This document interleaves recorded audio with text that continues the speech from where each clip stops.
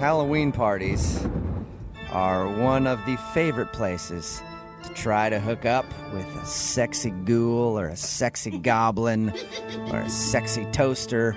Whatever anybody has dressed up to be like and made it sexy. You always want to hook up with it. And luckily for us, we checked the email and we did have quite a few emails in from people who met somebody that they want to call at a Halloween party. Yeah. And we decided to get a hold of Thomas because Thomas wants to call a girl today that he met at a Halloween party, and now she's not calling him back. What's up, Thomas? Hey, what's up, guys? How are you? I'm okay. Thomas, isn't it like an unwritten rule about Halloween hookups that they just stay there? Like, there's never a real relationship that comes out of these things. I don't think so. I think you can find love at a Halloween party. I mean, it's a social gathering. You are a hopeless romantic, Find sir. love anywhere if you know how to look for it. And apparently you do, Thomas. So who's the girl that you want us to call today? What's her name? Alexa. Alexa. All right. And how did you meet Alexa? A friend of mine threw this huge Halloween party. There's a ton of people there. Mm-hmm. But this one chick in particular, this girl Alexa, I didn't know her, but she was dressed as a witch. Not like a sexy witch, but not like a horrifying witch, just a witch. A regular Okay, so witch. she was a normal witch. Totally. She was a normal witch. Okay. see that. Did you approach her immediately at the party, or did you wait a while before you made your move? I kind of watched her from a distance for a while. Like she Nice. was Yeah. Whoa, That's what I like to hear. I sort of skulked around behind her the entire party. Well, it wasn't like stalking her. I was just kind of like every once in a while I'd check in, see where she was. Okay. Uh-huh. All right. And then when did you let her know that you had been watching her? When did you strike? Well, it's going to sound bad. They didn't strike, but I just couldn't figure out a way to get up and talk to her. I kept waiting for her to talk to someone that I knew so that I could ingratiate myself into the conversation. Right. But she was talking with circles of people that I didn't know. So I decided I was going to try and scare her. That's a good move. Yeah, what? Halloween. Yeah. Right, yeah. Because frightening a woman is a great way to meet them. Yeah, what? Oh, at a Halloween party, that's perfectly acceptable. That's why you take women to horror movies, because, you know, that fear reflex also turns you on a little bit. All right, so you were hoping Okay, I see. You Smart. wanted to to get... scare the horny into her. Exactly. All right. And did it work for you? Well, here's the problem.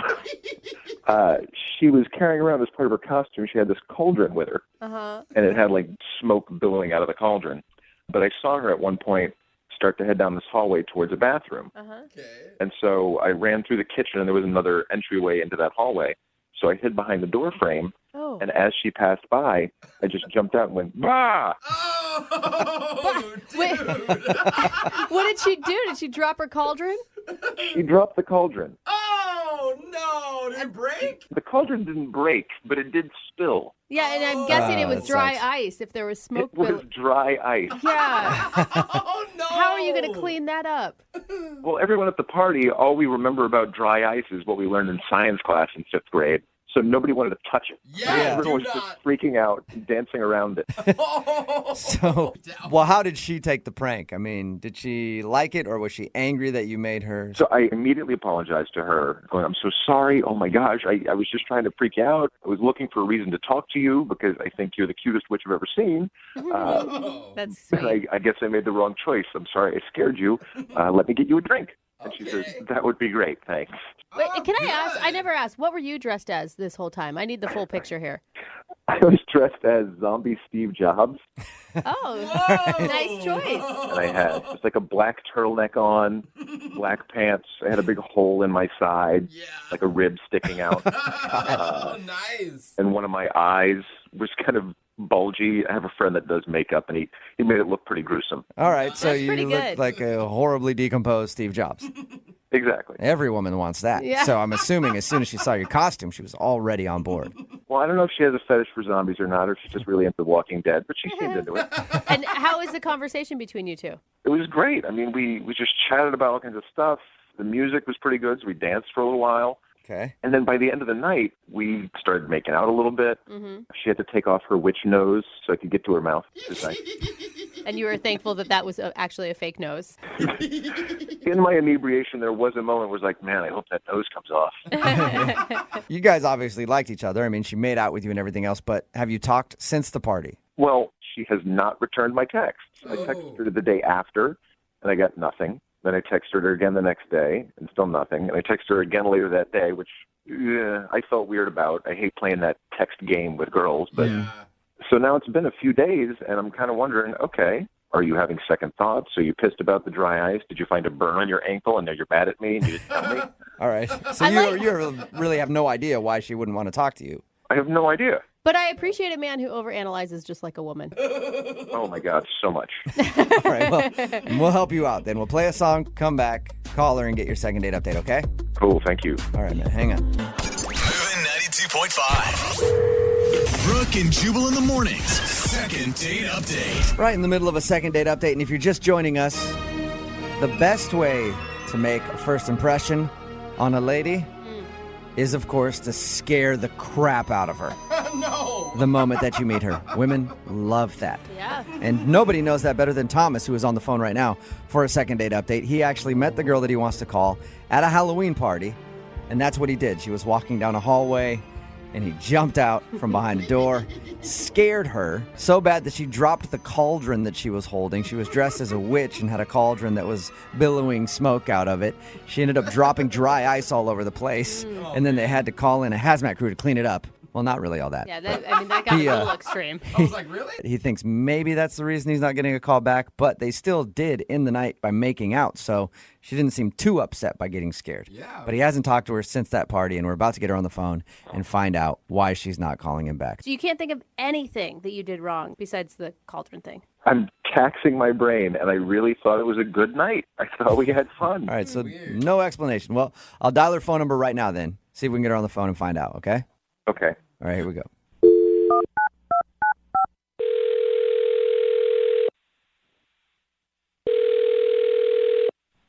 Hello. Hi, can I speak to Alexa, please? Hi, yes, this is she. Hey, Alexa, how are you? This is Jubal from Brooke and Jubal in the Morning. Jubal? Mm-hmm. From Brooke and Jubal in the morning? Brooke and Jubal in the morning. Brooke and Jubal in the morning? Brooke and Jubal in the morning. I think we should let's say it again. Make it more true. We are Brooke and Jubal in the morning. Okay. Why are you calling me? Well, I'm calling you because you recently met one of our listeners, and he's been trying to get a hold of you, but you're not calling him back. So he asked us to get you on the phone and try to reconnect you. Really? That's really weird. Who is it? Well, his name is Thomas. Do you remember a Thomas? I know one Thomas, a coworker, and I don't think that that's him. Wow. Thomas I don't made know. a He big could impression. be. He could be your coworker. I have no idea. It's a guy that you met at a Halloween party. Oh, that Thomas. Yeah. Yeah, The one that was Thomas. Steve Jobs zombie. Right. Well, Thomas emailed us because he said that you guys hung out at that party and he really enjoyed spending time with you, and you told him to text you after and you guys could go out on a date. But apparently he's tried and you're not responding to him, so he thought maybe we could get you on the phone and find out why. Oh, my goodness. Yeah. What a bummer. What a I don't What know a- what to say. what a bummer. He's a bummer Yeah, or a what- bummer that we're calling. I mean, it's just a bummer. It's unfortunate. What? What is unfortunate? Sometimes it's just, oh, this is really hard. You know how when you meet someone and later on you realize that they're not necessarily the person that you thought that you were meeting? Yeah. So he was dressed up as a zombie Steve Jobs. Did you realize that he actually wasn't a zombie Steve Jobs and that's what upset you? You're not a zombie. Yeah, wait a second. I guess in a weird way. Yeah, you're right. Wait, I am What? right? That you were upset that he wasn't a zombie Steve Jobs? Well, I thought the costume was really cool. I love Steve Jobs. And, he had the black turtleneck. His makeup was really cool. And after I met him, I went on Facebook and I checked him out. And, yeah. Oh. What? You're not attracted to him, are you? No. I obviously had a bad case of costume goggles. Oh, Costume goggles? man. What's that? I've heard the term beer goggles, but I've never heard the term costume goggles. Yeah, as soon as I saw him without the makeup, without the blood, Mhm. he just looks kind of like a different person. What? He looks better without blood? Well, sometimes when you cover up your face, you just can't tell what you look like at all. Right. I saw his picture on Facebook without the makeup on, and it's just not what I expected. So, in other words, he's more attractive to you with a bunch of zombie makeup on. That's so messed That up. sounds horrible. I know. But I mean, maybe he's just not very photogenic. Like, wouldn't you want to see him in person? And because some people aren't. I don't want to risk that awkward meeting of seeing him in person and it still be a disappointment. Yeah. You're like, hey, so remember that costume you had on? You think you could wear that right now? All the time. You know what else is awkward, Alexa? What? He's actually on the other line listening and wants to talk to you. And he heard what you just said, yeah. Oh, poor guy. Thomas? Oh, my goodness. What am I Thomas? supposed to say to this? Oh, my God. I'm so sorry. Oh, my God, I'm so sorry. Oh, my God. You're just more attracted to me when I have an eyeball hanging out of my head. I don't know what to say. I know it sounds weird to say, but I just found you more attractive as the zombie guy. I'm just trying to wrap my head around this. You were attractive enough to me to make out with me and dance and chat for like 3 hours. But once you looked at pictures of me without zombie makeup on, you were less attracted to me?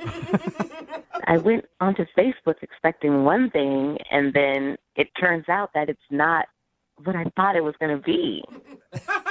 I don't think I'm a bad-looking guy. Am I really that unattractive? No, you're not bad looking. You're just not my type, and I just thought that you looked better as a zombie. That sounds so weird. Think about it like this. Say that I made out with Orlando Bloom, and then the next day I found out that it was Johnny Depp. There's nothing wrong with Johnny Depp. I'm just not into Johnny Depp. Wow, that was impressive. That's a pretty good analogy. That is, yeah. I don't know. But you're still Johnny Depp. See? Yeah, see, a lot of people like Johnny Depp, but I'm just more into Orlando Bloom. I guess I see what you're saying. I mean, it makes sense, weird way, but it's like if I made out with Megan Fox, and then the next day I was like, oh, no, it was Scarlett Johansson. Maybe I'm more into Megan Fox, but I'm still going to be like, oh, hell, I'd make out with Scarlett Johansson some more. There you go, Alexa, using your own logic against you. Somehow. I'm really confused, but... What pictures were you looking at on Facebook? Your profile pic? I never even found your last name, so I couldn't do the proper stalking. I don't know if maybe your pictures aren't so good either. That is a good point. You haven't seen her without her witch makeup on. I mean, she took her nose off, and that was it. Yeah, I mean, I enjoyed talking to you, and I thought we really got along, and you even at one point stopped and said you're a really good kisser. Well, there was a lot of alcohol involved that night as well, so... Oh, ouch. I can't. Brutal. I don't remember that. God, how would you feel if the tables were turned on you right now? Yeah. Well, I would be understanding. Everyone has their preferences. Not everybody is going to find me attractive. I call BS on that. All right, I tell you what. You go out with me again, I'll wear just the eyeball, and we'll slowly transition into regular me. How about that? No, that's terrible. That's a good idea, Thomas. Alexa, would you like to go out with Thomas again? Or for a first time, really, because you just met at a party and didn't have an actual date. Would you like a date with Thomas? We will pay for it. Come on, Alexa. This is your chance to prove yourself not so shallow. Will you send me the other pictures and then I can decide? Oh, my God. Do you even still want to go out with her at this point? You know what? I do. I want to prove a point to her.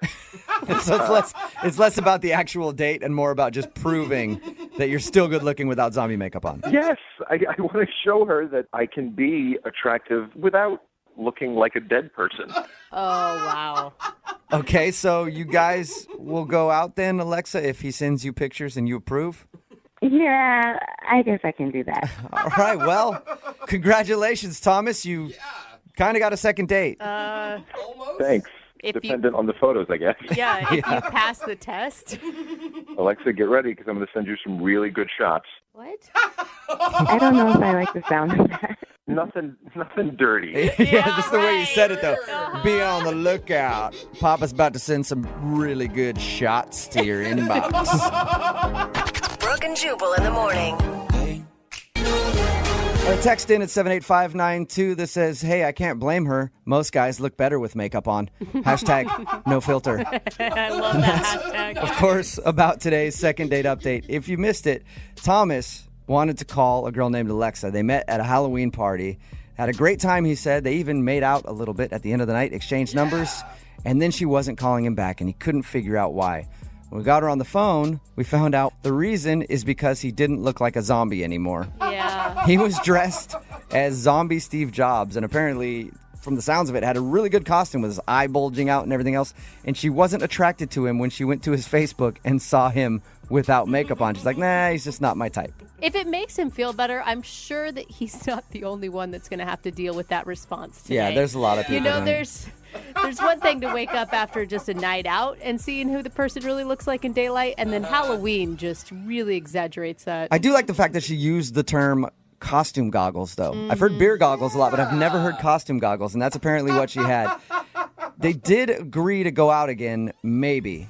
He said that he has really good pictures and that he would send her those pictures, and he swears that she'll be impressed by that and they will go out. She said if she likes the pictures, then she will actually give him another chance. So good luck to those guys. I know, she's so shallow. She had a great time with him, great conversation, but a couple of photos and it's over. Well, and he still wants to go out with her. I know. Yeah. But then when we asked him at the end, he was like, I just want to prove a point that I do look okay without zombie makeup on. What's that phone call going to be like? She's like, listen, I reviewed the pictures. Fine, I'll go out with you. Yes! Yes. Oh, I told you. I knew I was hot. Wait. Which picture was the clincher? Let me know.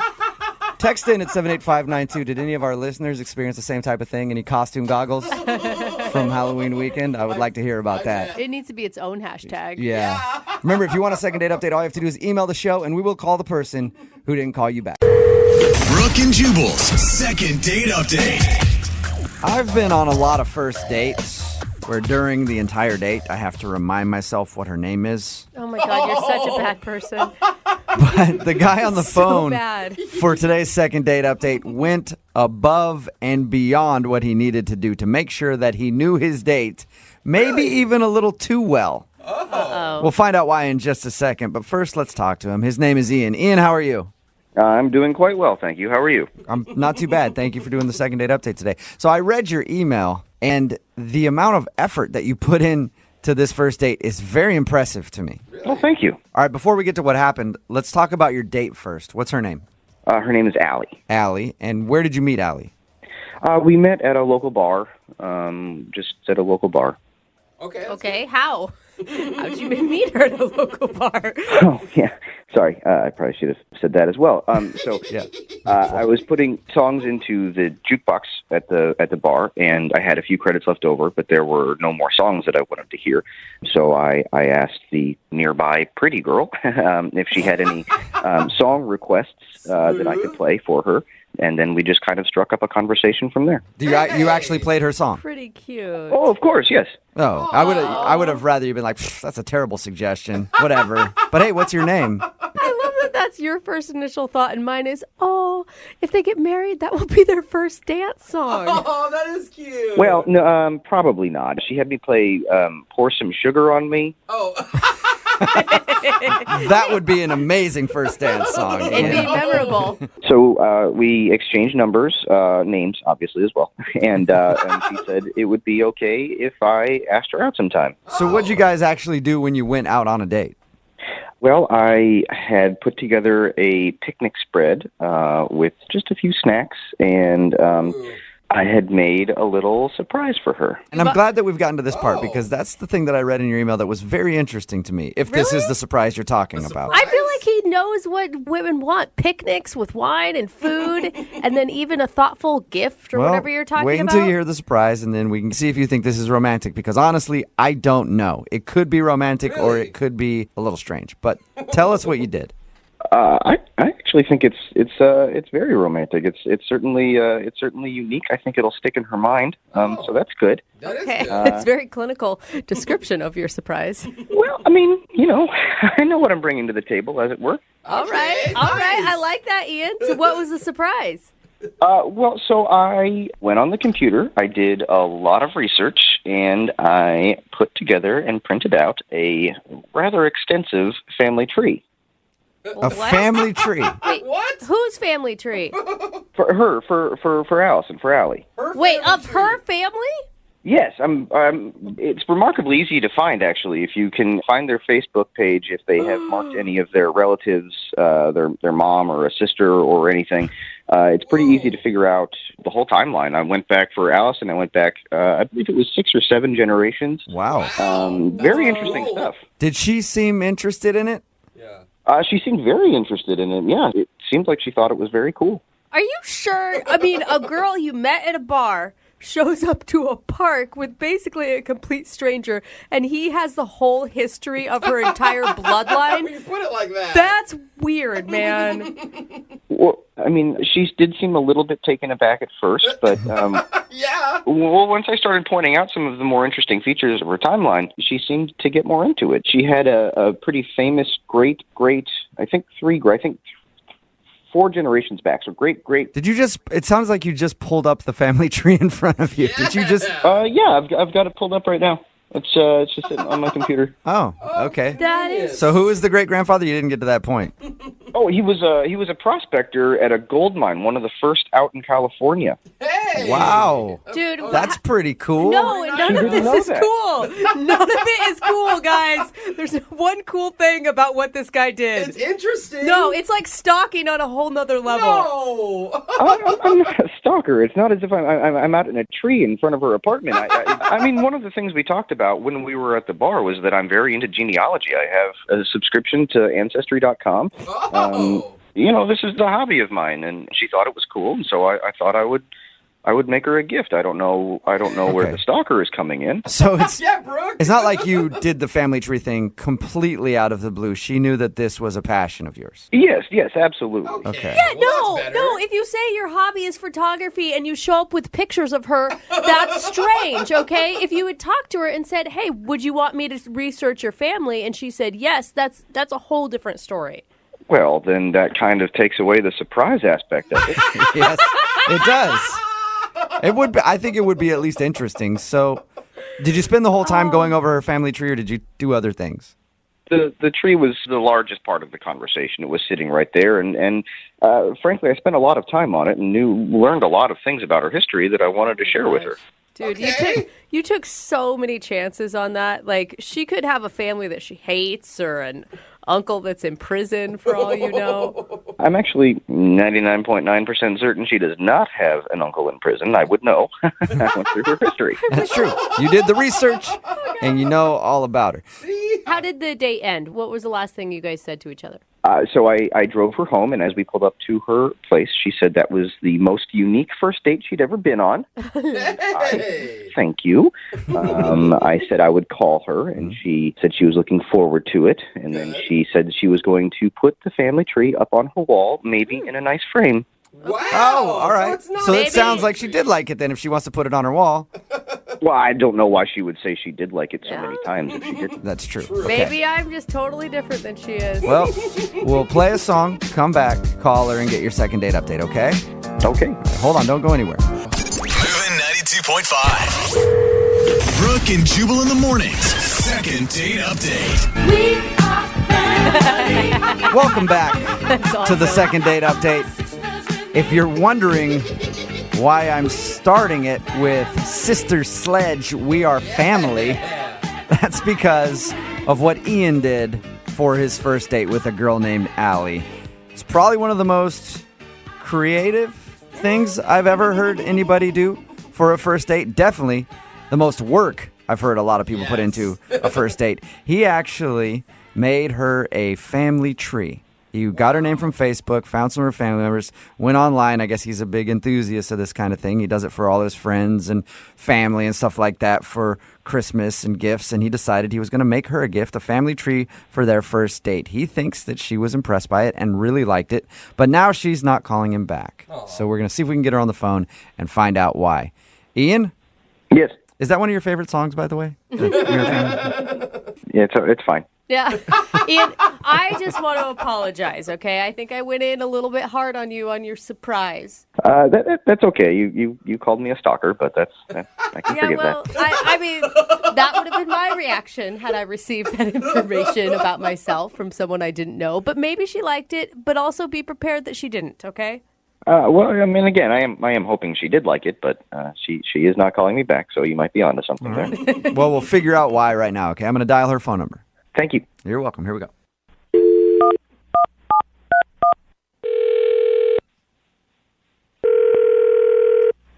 Hello. Hi, I was looking for Allie. This is. Hey, Allie, how are you? My name is Jubal from Brooke and Jubal in the Morning. Okay. Do you know what that is? I assume some sort of business. Well, it's not. I guess it is kind of a business. I don't know. It's actually a radio show. Okay. Well, so what is this about? This is about a guy that you know. He's a friend of the show, and he actually emailed us hoping that we could get you on the phone because you're not calling him back after your first date. Are you serious? Yeah, his name is Ian. So Ian emailed us saying that he thought he had a wonderful first date with you, but ever since then he's tried to get a hold of you and you're not responding to his text messages or phone calls. So he thought maybe we could get you on the phone and find out if something went wrong on your date. That's really weird. I know. It's a segment we do on our show all the time. So he emailed us, and now I'm asking you the question. Did you like your date with Ian? It was interesting. I feel like that's a good adjective to use. What did you want me to tell you? I mean, Well, how about this? I'll tell you what he told us. okay. Okay? He said that he met you at a bar and then went out for a picnic. And at your picnic, he presented you with a huge family history thing that he had made from some website or something. Yes, that's correct. Yes. Did that freak you out? That would have freaked me out. Well, it took me by surprise for sure. Yeah. I had never met anybody who has gone to such great lengths to impress me, maybe. Yeah. Well, he said that you guys had talked about it and you knew that he was into this kind of thing. Oh, I did. I just wasn't expecting, I guess, on the first date for him to whip out my full entire family tree. Yeah. And not even just my grandparents, like my great grandparents, and then beyond. You know what I'm saying? Yeah. Like to bring up genealogy as a hobby and then to troll your Facebook page to find out who your great grandfather is a big leap. It's a lot of work. Was it at least impressive to you? I mean, he did a lot of research. Obviously, he liked you. Yes, that part is very impressive because I'm sure that took a lot of time. But then that's also creepy because now he has a lot of my family's information. Yeah, it's a weird line because, you know, he told us about it and I went back and forth. I was like, is it creepy or is it a nice thing from a guy who's just really into finding out people's family histories? Yeah, I kind of agree with you. But I went back and forth. Is this impressive or is this weird? But then it just got like straight up weird. It got stranger after your surprise? Whoa. Oh, yeah. So after our picnic where he presented me with the family tree, we start walking down this hill. And then he's like, ta-da, surprise. I'm like, what is this surprise? And he's like, this is the oldest cemetery in the state. I'm like, cool, awesome. Then he said, look over there. Over there is where your great-grandparents are buried. What? Okay. He took you to the burial site of your family? Oh, that's not even, there's one more layer of weird to this. Then he whips out cheesecake, like, let's finish our picnic at my great-grandparents' grave. Oh, okay. I mean, he knows nothing about your feelings on death or if you knew these people, or right? No, and he basically was like, let's spend time with your great-grandparents. So did you stand there and eat cheesecake in front of your great-grandparents' grave? I woofed that cheesecake down and got the hell out of there. That is the best visual I've ever heard of in my whole life. Oh my! Did you guys talk during it or? Oh no, I was eating so fast. What was his reasoning for wanting you to be at his... Because he wanted me to know about my history and spend time with them. Did you learn anything new from eating cheesecake at your great-grandparents' grave? He told me a couple facts about them, but in my mind, I'm like, just finish the cake. Just eat this cheesecake and let's go. I'm sorry. I just have a quick thing to say here.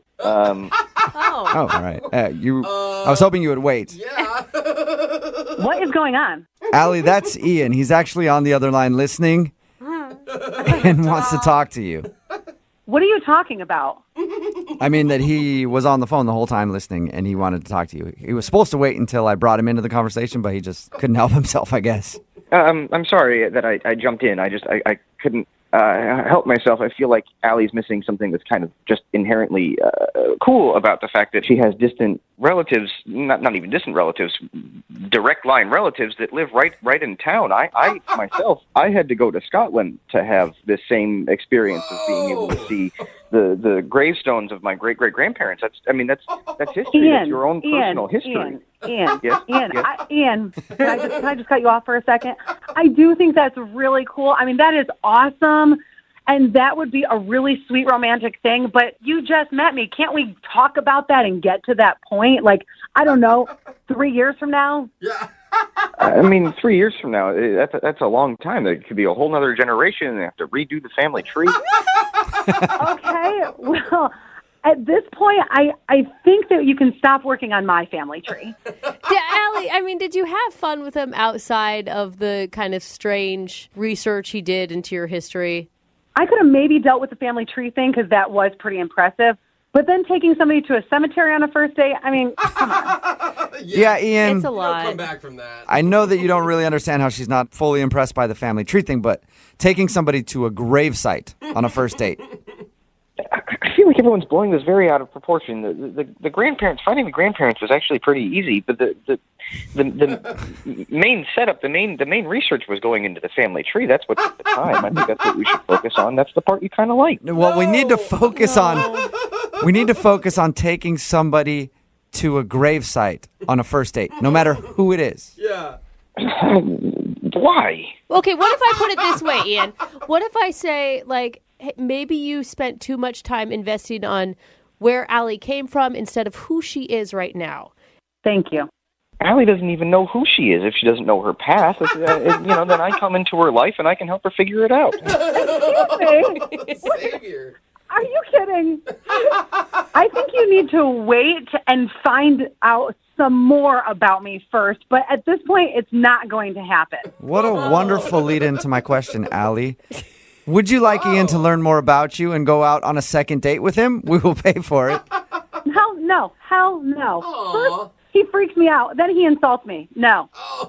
Sorry, I didn't mean to insult you. That was certainly not my intention. I feel like if we could go out again and just start from fresh, that would be good. And I will tell you there is an extra incentive if you have another date with me. I found out some pretty interesting things about a great aunt of yours. I don't care. At this point, I don't care, and I don't want to go to her grave either. Okay, I can just email you the information and the Great, links. thanks. She has a Wikipedia page.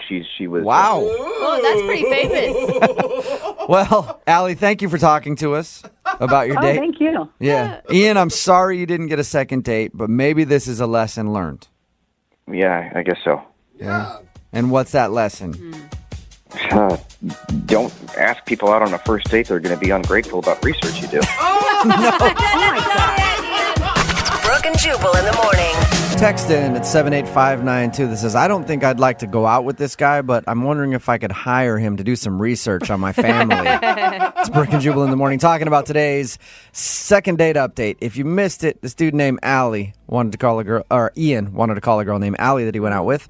She wasn't calling him back, and he couldn't figure out why, because for their first date, he went to great lengths and actually researched her whole family tree and even presented her with a nice little presentation basically on her family. Yeah. And then we found out when we got her on the phone that not only did he do that, he took her on a picnic next to a cemetery that was the gravesite for her great-grandparents. Oh, dude. And he took her to their grave to have dessert. Yeah. She was obviously creeped out by that and doesn't want to go out with him again. The other thing is, some people may be really into that, but it's not a first date move. Right? Definitely. It's like, definitely get not. to know you first, and then maybe we can move on to that if you're into that whole thing. But he didn't get it. No. At all. No, he he's like- didn't. He's like, what are you talking about? This is great. Everybody should learn about their family history.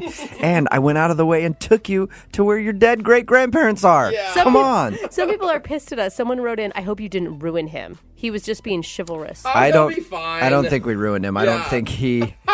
think he realized that she was like really angry at him. He just didn't understand. He put it back on her. That's like, well, fine. Then just don't go out with guys who are doing research on your family if you don't want to know about it. Remember, if you want to do a second date update, all you have to do is email the show, and we will call the person who didn't call you back. Meeting for coffee is always a good first date because there's no pressure of having to be there for a long time. Yeah. You get to see how they handle stimulants. What? So you can plan ahead for your next date, when things are a little... What's the next date in your Well, it's just, hey, you think this stuff makes you feel all good and gets you up. I don't know. Anyway, Danny went to coffee on his first date. I don't know if it worked like most of my coffee dates, but Danny, how are you? I'm good. How are you? Not too bad. So what's the name of the girl you want to call today? Alicia. Alicia. And your email said you guys went for coffee? We did. Did you meet online? Yeah, I'm kind of shy in real life. I don't really hit on girls just like out in the world, but online works better. I can write something out, see if it's creepy, delete it, try again. Okay. Hey, that's kind of true, though. It's Yeah. a practice. But does that make you really nervous going into a real life date? Yeah, I was. So I figured coffee would be, casual, cool. All right. Yeah. And so was it a good date, you think? Yeah, I think so. It was. And it started off a little weird. The barista hit on me right in front of her. Whoa. What did the barista say?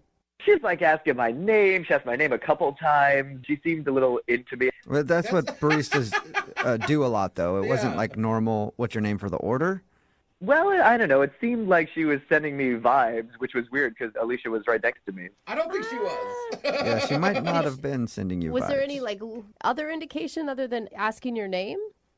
No, but I mean, like, if you were there, you'd get it. Her tone was really flirty. She was Okay. staring at me like serious eyes right at me. Oh. So Okay. how'd you handle that? Well, I mean, I told you I'm not really good with situations like that anyway, but we just kind of got the coffee and sat down. Okay, so you didn't ask her on a date, too, right? In front of your date? No. It's weird, though, because I don't date a lot. I'm not around a lot of ladies. So, it's like buses, two show up at once after you wait a while. Yeah.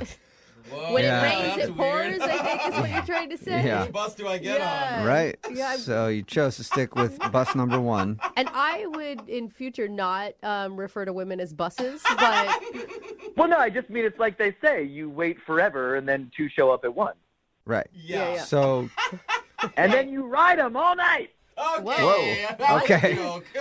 Let's calm Yeah, down. so did you ride Alicia all night? oh my God, was that- we cannot say that. No, come on. I mean, she's a nice lady, and I'm a proper guy. It was coffee, so we just talked about. Now he gets upset. Oh my God. All right. Well, it is kind of. You talked about what? Just, movies, TV. I'm into like old game shows. I was telling her about a match game I'd seen, where everyone was just like drunk out of their minds, and Brett and Charles quipping in the corner. Okay. I That's don't. a I really didn't old- follow She- what you said at all there. But was she interested in that subject? Well, she said she hadn't seen the old match games, but she was aware of the current one, so she was following along. That Okay. was like the 70s, I think. And then how did everything else go other than the match game? Yeah, we can get to that, but did someone there say they had a problem with the 70s? I think it was just a joke in general, but apparently you're a fan of the I 70s. think it was just a statement, even not even a joke. That's like all I was saying. the game is from the 70s. Yeah, it's a solid game, and it was a solid decade. Okay. All right. You're correct. So, So back to the date. Yes. this is so. Things were fun with Alicia. Yeah, it was fun. I gave her a big hug at the end, and I wanted to be like a little cute. So as she was walking to the door, I just sent her a quick text like, "Hey, up for tomorrow night?" Okay. And her phone pinged before she was out the door, and she turned around and kind of looked at me, and I smiled and waved, and then I haven't heard from her since. Like in a What was good her? way? I mean, was her reaction to that like a happy reaction, or did she look at you like you're a weirdo? Why would you say I'm a weirdo? Not, Wow. not you, Danny. I meant, did she look at you like that? I'm As not if- calling you a weirdo. You good? Yeah, she looked at me like we had just had a fun date, because we did. Okay. You said, I mean, to me, please don't take offense, because it sounds like you might be easily offended. Mm-hmm. You sound a little all over the board right now. A lot of emotions. Yeah. I mean, I'm just trying to follow up with this girl that I had fun with. It seems like you guys are putting me down a little bit, but I'm telling you, we went out, we had a good time. The barista wanted me too, so I was putting out some kind of vibe that day. All right. I mean, Danny, you obviously listened to the show because you called us. We tease a lot. Yeah, we're kidding. You need to be well aware of that if we're going to continue this conversation and call her. Okay, well, when you talk, it grates on my nerves because your voice is very annoying. How's that for teasing? Ha-ha. Oh, that's Okay, just mean. I don't know that that's I can't like tell if that. you're being serious or if you're actually getting upset, Danny. No, I'm just teasing. We're just having good fun. Okay. That's aggressive. Well- that was very aggressive, Danny. Here's what we'll do. We'll play a song, and then we'll come back. We'll have some more good fun. Yeah. We'll get Alicia on the phone and Wow. find out why she's not calling you back, all right? Good. Thank you. Good. Okay. All right. All right. Moving 92.5. Brooke and Jubal in the mornings. Second date update. Right in the middle of a second date update, and if you're just joining us, Danny is on the phone, and he wants to call a girl named Alicia. They went out for a coffee date. He said everything was pretty normal. He said he got hit on by the barista, and that was awkward. But other than that, just a nice date, but now he's not getting a call back. Before we start, though, Danny, I do want to say one thing, okay? Yeah. I want to just sort of reiterate that we do joke around a lot on the show. And any kind of joke that we make, nothing is personal. Because you sounded like you got a little upset. I understand, and I wanted to say I'm sorry. You know, I told you I'm shy, and I'm not Good. the best when I'm meeting new people. And, you know, I'm a fan of you guys. I listen to you. So Yeah. I'm sure that you probably want to apologize to me, too. What? Well, Why? yeah, sure. If we No. upset What did you. we do? No. Yeah, we didn't mean to. Danny. But I'm just letting you know, okay? We do joke around a lot, so please don't take anything else personally if we're just kind of making jokes. No, I'm glad that you are sorry, as I am. Okay. Okay, He didn't Danny, apologize. wait, hold on. Quick question. What if the girl that we're calling, what if she says something mean about you? Because that does happen. Are you going to be able to handle that?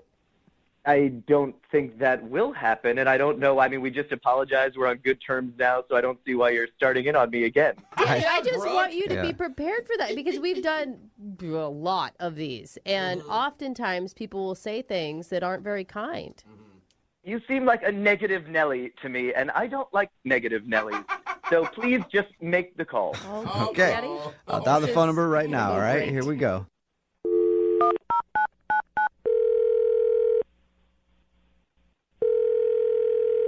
Hi, this is Alicia. Hi, this is Jubal. I'm, Hello? Hello? I'm sorry, who is this? Hello? Hello? Yes? Hello?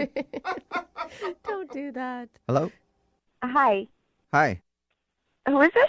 Alicia, how are you? This is Jubal from Brooke and Jubal in the morning. Oh, hi. Oh, Hi, hi. Alicia. How are you? I'm good. How are Okay. you? Not too bad. So you are familiar with the radio show then? Why am I on?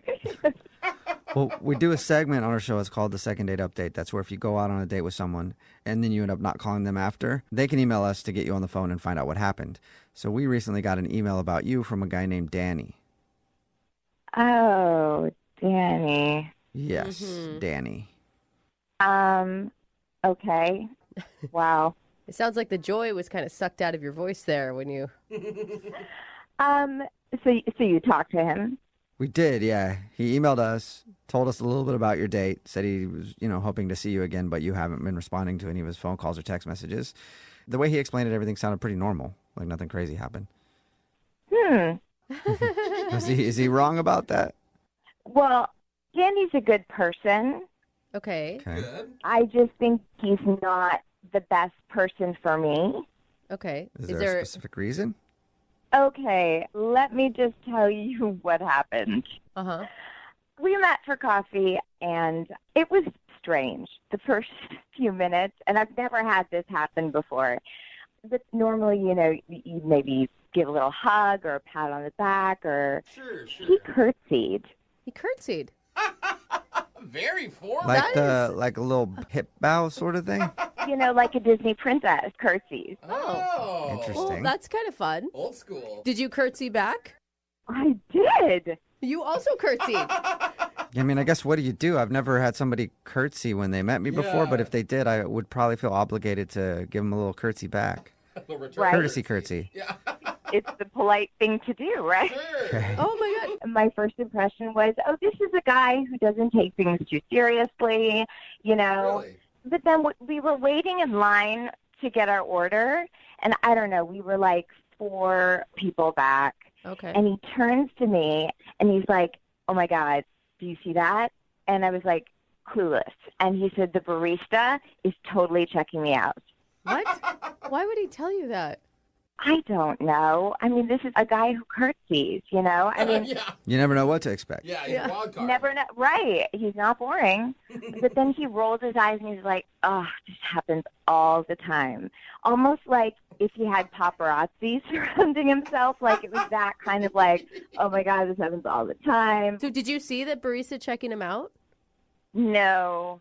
But then we got to the front of the line and he was like mumbling something and he was giving his name. Okay. And she looked at me and I didn't know what to say.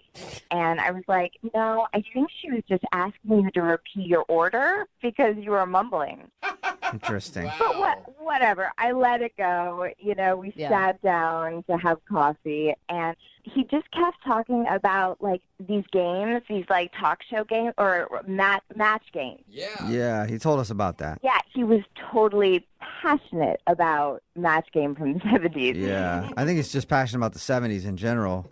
Yeah, and he knows like everything. He like gave the entire episode. He knew the questions, the answers, the theme songs, and everything. Wow. So he had memorized the show line for line and then was running you through it, like acting it out. Yeah, and he even like pointed at me where I guess the audience laughed. You had a part. Yeah. Wow. You were actually on the show. That's cool. Wow. Yeah, I know. What a surprise. Curtsying and Yeah. laugh Oh, my track. And... Definitely sounds like an interesting dude to hang out with, for sure. Really put your finger on this But guy. honestly, that wasn't even the best part. The best part was at the end. He says, would you mind walking me to the drugstore? I'm running low on my meds. Oh. Oh, boy. Okay. I think meds All right. are important. Yeah, You should they have are. taken him to the drugstore. Some people definitely need those things. Yeah. You know? Yeah, so I just had to bow out. I was Okay. like, yeah, I'm running late for... A Something. thing. For I got a anything. thing. I'm just running late. Yeah. Got it.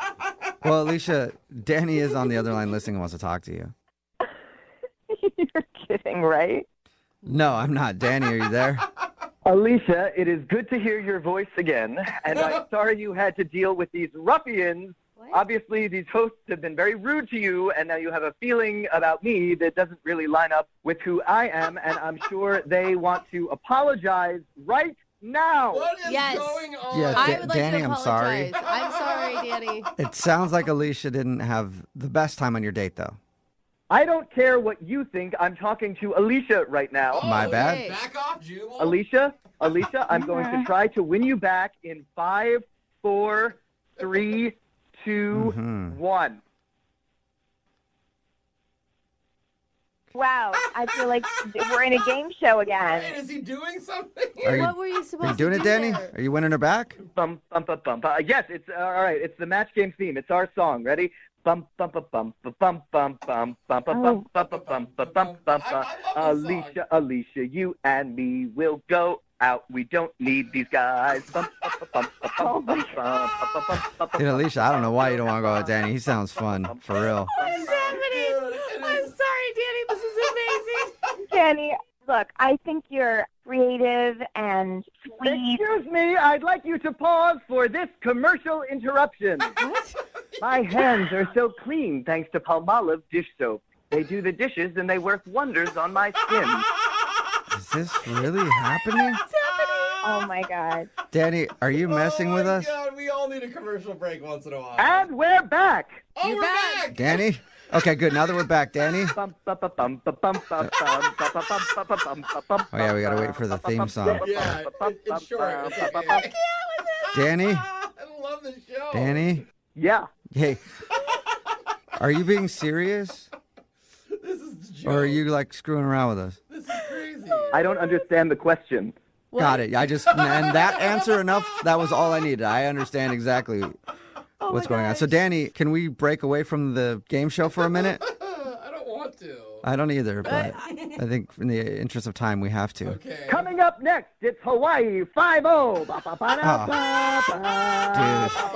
to talk to us. But I'm down with Hawaii 5-0. I loved that show, man. That was an awesome show. Can we request a show? Like, I'm going to... Oh, I think we just need to get to the end. Yeah. Go to Alicia, wrap it. Danny, hang on one second if you can. Pause for a commercial break. yeah. Okay. Alicia, would you like to go on a second date with Danny? We will pay for it. Yeah, there's not enough money in the world. Oh, No? That's a I no. just don't think we're the right match. God, I've never said match so much. In Please my don't say it entire again life. because I think that might trigger something with Danny. Danny, are you there? Dan? Daniel? Sir Danibus? I don't know what name you're going by right now. Are you there? Alicia, are you still Oh there? my gosh, Elisa. I'm still here. Okay. I have never Danny laughed- obviously is not on the phone anymore. Is that legit? Is that how he was on the date? You guys just had him on the phone. If you would have been there in person, he would have been pointing at you to laugh. He didn't need, to point, yeah. I was in. I was laughing the whole time. All right. God. Oh, man, Danny. So good luck to you in the dating world, Alicia. Thank you so much. Yeah, and I know you're never going to be able to hear the match game theme song without probably shivering a little bit, but I'm appreciate not your going time. to be able to. Yeah. Oh, my There we go. Okay. Just waiting for his moment, I guess. All right, well, I'm not even going to talk to him. Danny, thank you very much for your time. That was it for today's episode of Second Date Update, sponsored by Jiffy Pop. Brooke and Jubal. Charity events are great places to meet people when you're volunteering there. I've met the last couple girls that I've gone on dates with at charity events. Really? Yeah, when I was volunteering at a couple of senior citizens' homes, doing some stuff there. And let me tell you, those ladies are just sweethearts Edna, your And- last girlfriend. and experienced and stuff. Oh, gross. I love them. Anyway, that's where Tim, who's on the phone with us today, met the girl that he wants to call. Apparently, he met her at some sort of church charity event, Tim? Yeah, I was down there. I'm basically doing the heavy lifting, doing all the folding chairs and some of the tables.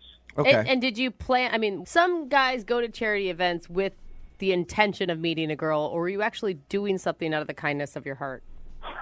Well, I mean, I was there. I stay in pretty good shape, so I'm pretty physically fit. So I was there to do chairs and tables. But that being said, So you use the charity event as a way to work out? It's called a gym. Like, yeah.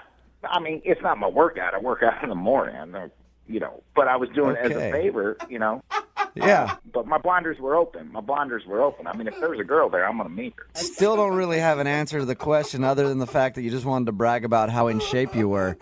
Were you there to meet women or were you there to help with the charity and then you happened to meet a woman?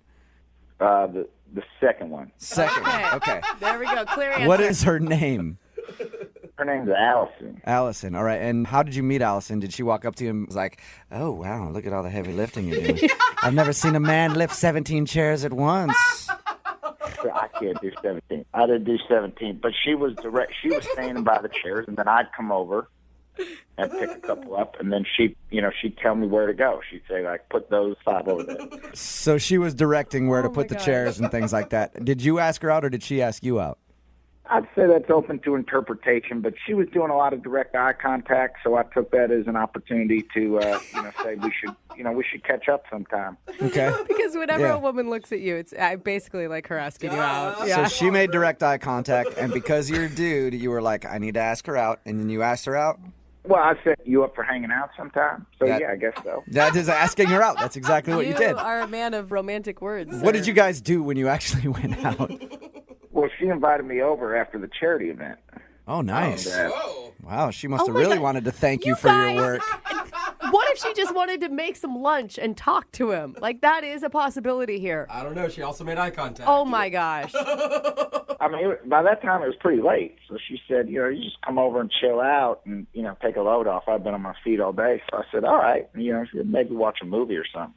Did you feel like that was an invite to come back to do more than watch a movie? Because I would have. Of course you would have. I think almost any dude would have. I know. I will say movie is usually code for other things. I mean, it crossed my mind, but I just try and put one foot in front of the other. I don't want to get too far ahead, so I just said, okay. I was just interested really kind of hanging out and talking and getting to know her a bit better. And that's your date, right? Your date was just when you guys went back to her house to watch the movie. Yeah, that's correct. Okay. And did you guys kiss? Anything romantic happen? No, the closest we got to any romance is kind of towards the end of the movie. It was getting late. I said, I got to go. And she said, well, you could sleep here if you want. And I said, okay. And then she said, no funny business. I said, none expected. And then we fell asleep on the couch. We was holding hands when we fell asleep. All right. That's sweet. A little bit of hand holding. Nice. I hope you were protected. I hope you wore gloves.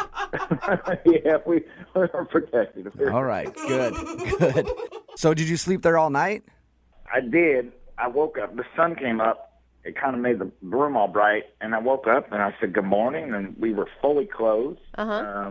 I think I said, let's get some coffee or something. But she just kind of like stood up and she looked at me and then she just turned around and walked into her bedroom and closed the door. What? Whoa. So she woke up and seemed angry at you. Yeah. Did she say anything about it at all? I actually thought maybe it was a game or something. Did you talk to her at all in this time? It sounds strange that she would wake up and seem angry at you for no reason. I mean, she was in her bedroom. I didn't know what to do, so I went into the kitchen and I waited for her. Mm-hmm. And I just stood around. I mean, I stood around for 20 minutes. I waited for her. And then she came out, and I said, hey, what's up? I said, coffee? And she just said, you need to leave right now. Whoa. Oh, she was still mad. She was, still angry. Yeah, she looked like she had seen a ghost or something. She was angry. So you know for a fact that she's not happy with you about something. She essentially kicked me out, but I have no idea why. I mean, I didn't do anything inappropriate. I was a gentleman. I always am. I never was forward or aggressive or anything. So I think there's just some confusion here or something. Okay, you're not leaving anything out of your story. You guys got to her place, fell asleep watching a movie, holding hands, and that's it. I mean, nothing else happened. I am telling you everything. Okay. I really had no idea what was wrong. All right, well, we're going to play a song, come back, call her, and get your second date update, all right? Yeah, okay, thank you. You're welcome. Hang on, man. Moving 92.5. Brooke and Jubal in the mornings. Second date update. All right, if you're just tuning in for the second part of today's second date update, Tim is on the phone with us. He met a girl named Allison at a little charity function. They ended up actually going back to her house that night because I guess it was late, and she was like, don't worry about driving. We can totally hang out. Come over and watch a movie. And according to him, that's all that happened is they watched a movie, they fell asleep holding hands, woke up the next morning, and she was like angry at him for some reason. She wouldn't talk to him. She finally talked to him about 20 minutes later after she had gone to her room, and she told him to leave. And that's the last that he's heard from her. All right, Tim, we're about to call her. If I get her on the phone and I ask her if something strange happened, because you swore to me that nothing else happened other than you guys fell asleep holding hands and that was it. If she tells me she woke up and you guys were still holding hands, but somehow you were in her clothes and she was in your clothes, I'm going to hang up on you right there because that is weird. Okay? Yeah, you got it. All right. And I never asked you, what did you like so much about Allison before she became angry? She's just really nice. I mean, she's chill and she's cool. All right. And you'd like to see her again? Yeah, I want to see her again as long as she doesn't hate me, or at least she can explain to me why she hates me. Yeah. It's always at least nice to know why somebody hates you. All right. Well, I'm going to dial her phone number right now, get her on the phone, and get your second date update, okay? All right. All right. Here we go.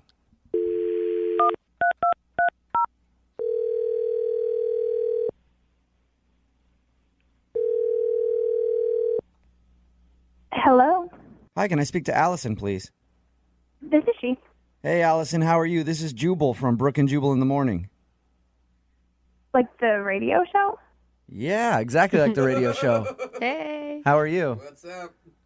I'm good. How are you guys? Not too bad. Thank you for asking.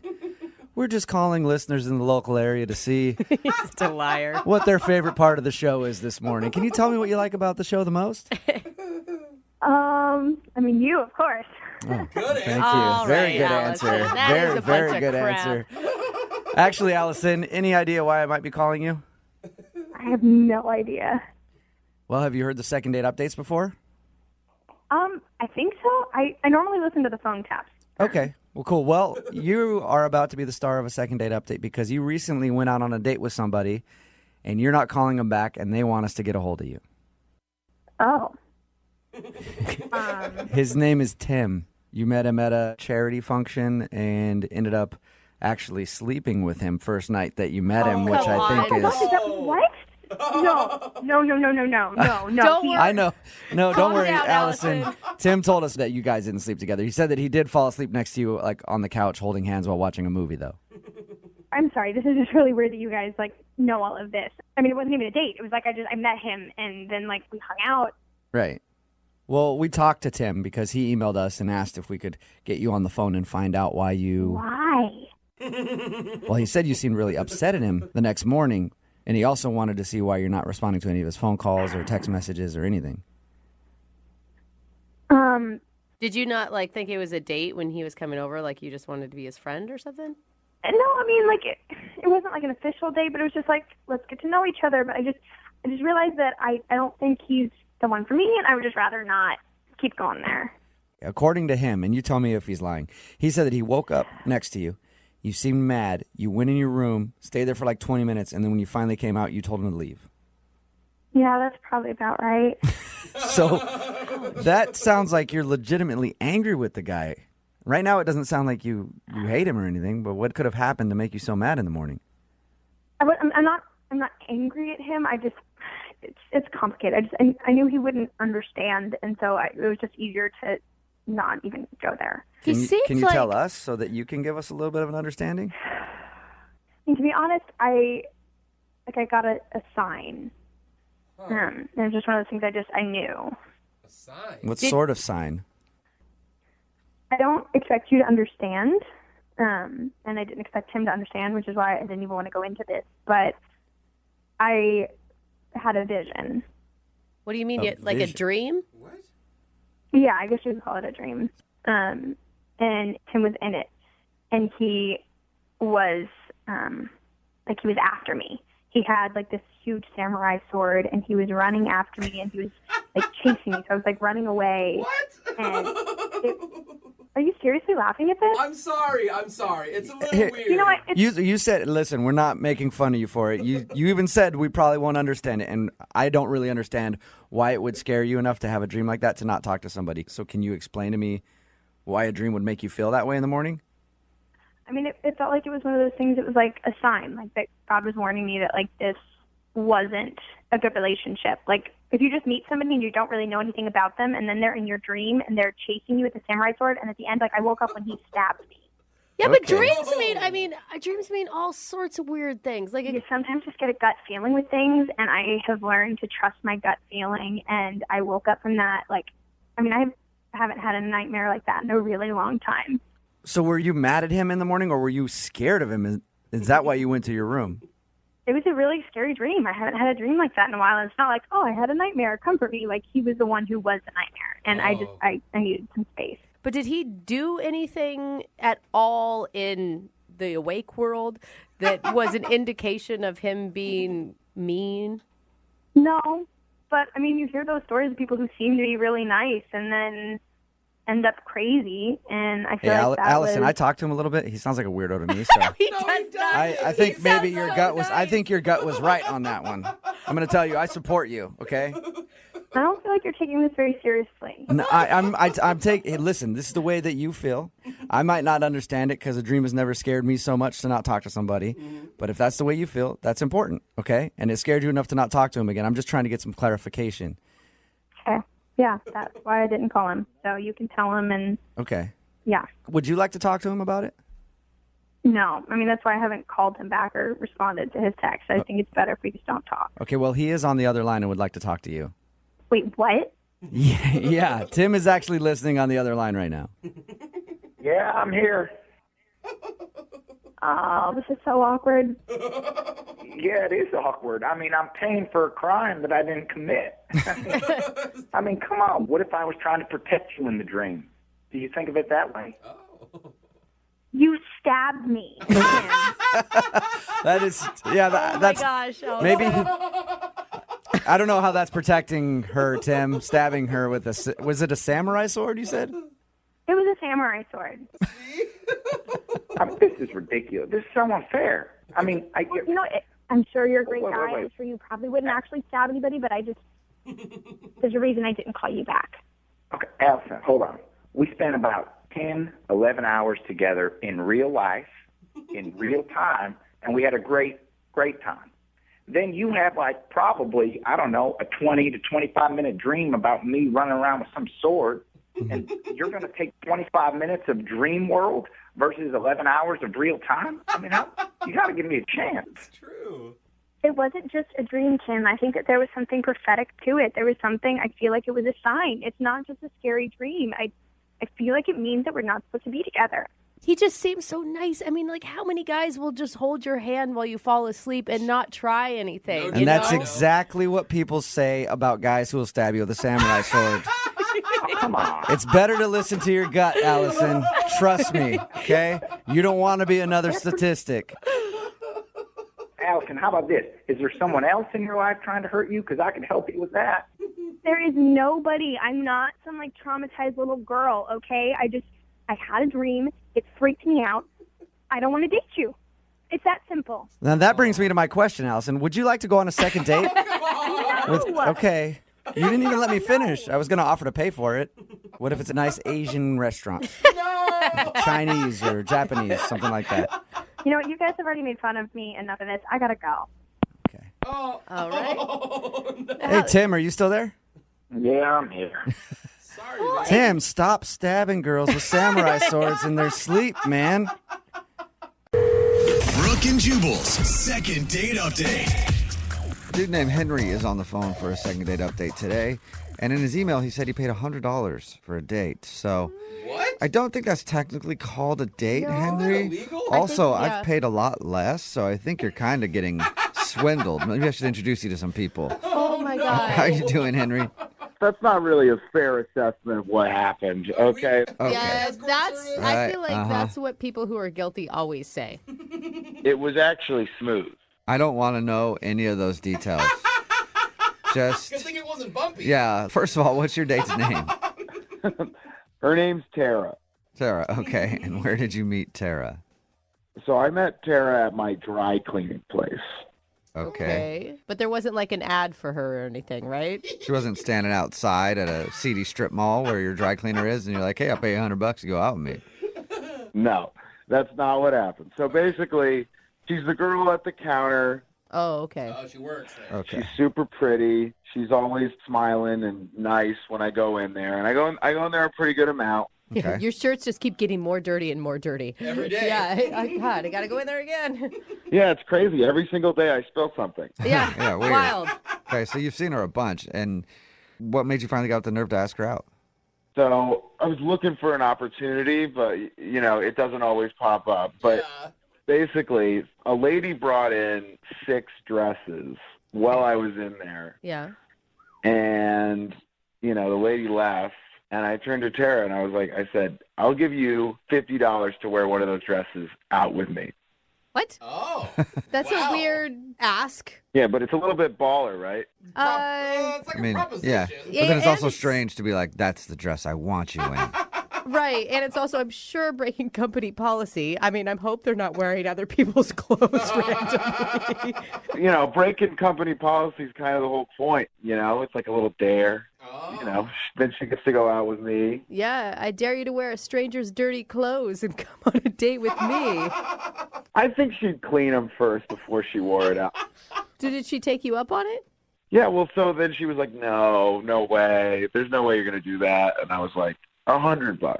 Oh. Okay. Wow. That's where the $100 comes in. So she actually decided to do it for $100. Yeah, she said, okay. Everyone has a price. Okay. Yeah. $100 was Tara's price. Wow. How was the date? Did she actually show up in somebody else's clothing? She actually did, and it was hilarious. Oh, my God. That's funny. I hope it was actually a good-looking dress that fit her and not some, like, oversized 65-year-olds. Or super tight. Right.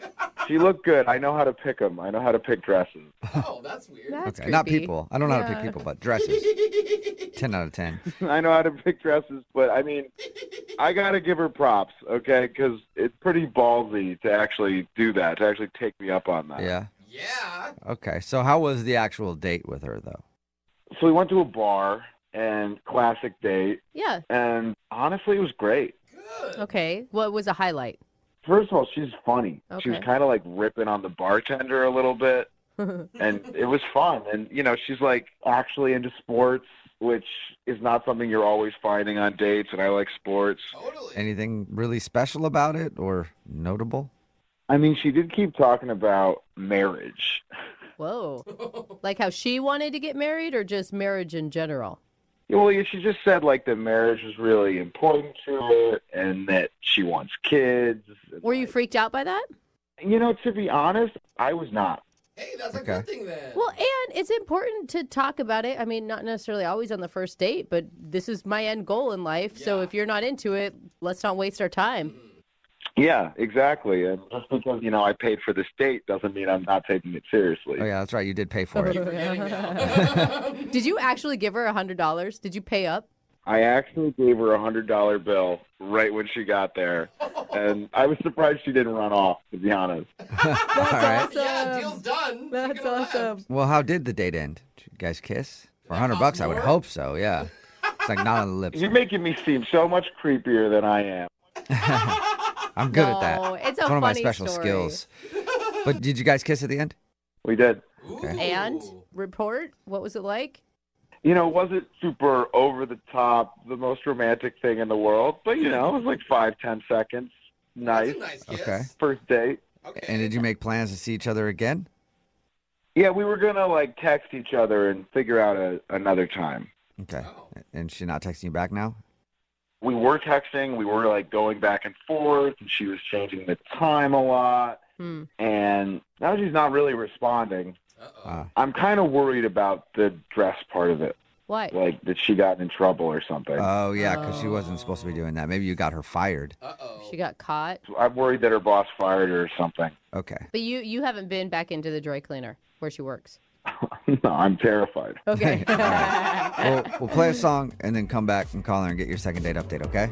All right, cool. Okay, hang on. Moving 92.5. Brooke and Jubal in the mornings. Second date update. I must be getting my clothes dry cleaned at the wrong place. 'Cause I've never seen an attractive dry cleaner worker. It's usually like old dudes who smell like smoke still. No, we have old ladies at ours. And Yeah. they look like smoke. And Henry's on the phone right now. He actually met the girl that he wants to call today. She was working at the dry cleaner. I guess I didn't ask. Is she an old dude who smells like smoke? No, she's not.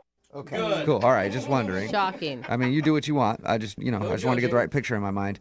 But he met Tara at the dry cleaner. He actually dared her to meet up with him wearing somebody else's clothes from the dry cleaner. He paid her $100. He bet her $100 she wouldn't do it. She did it. They had a fun date. They even kissed at the end of the night, but now she's not responding to any of his text messages. So we're going to see if we can find out why. You ready to go? Yeah, let's do it. I want to figure this out. And you're worried that, I mean, the stunt that you guys pulled could have gotten her fired. Yeah, or like, you know, maybe now she's like wants more money from me or something. She's like, next time we go out, I'll wear something else for $250. Yeah. Yeah. All right. Well, I'm going to call her right now, see if we can figure it out. Okay, you ready? Yeah, let's do it. Here we go.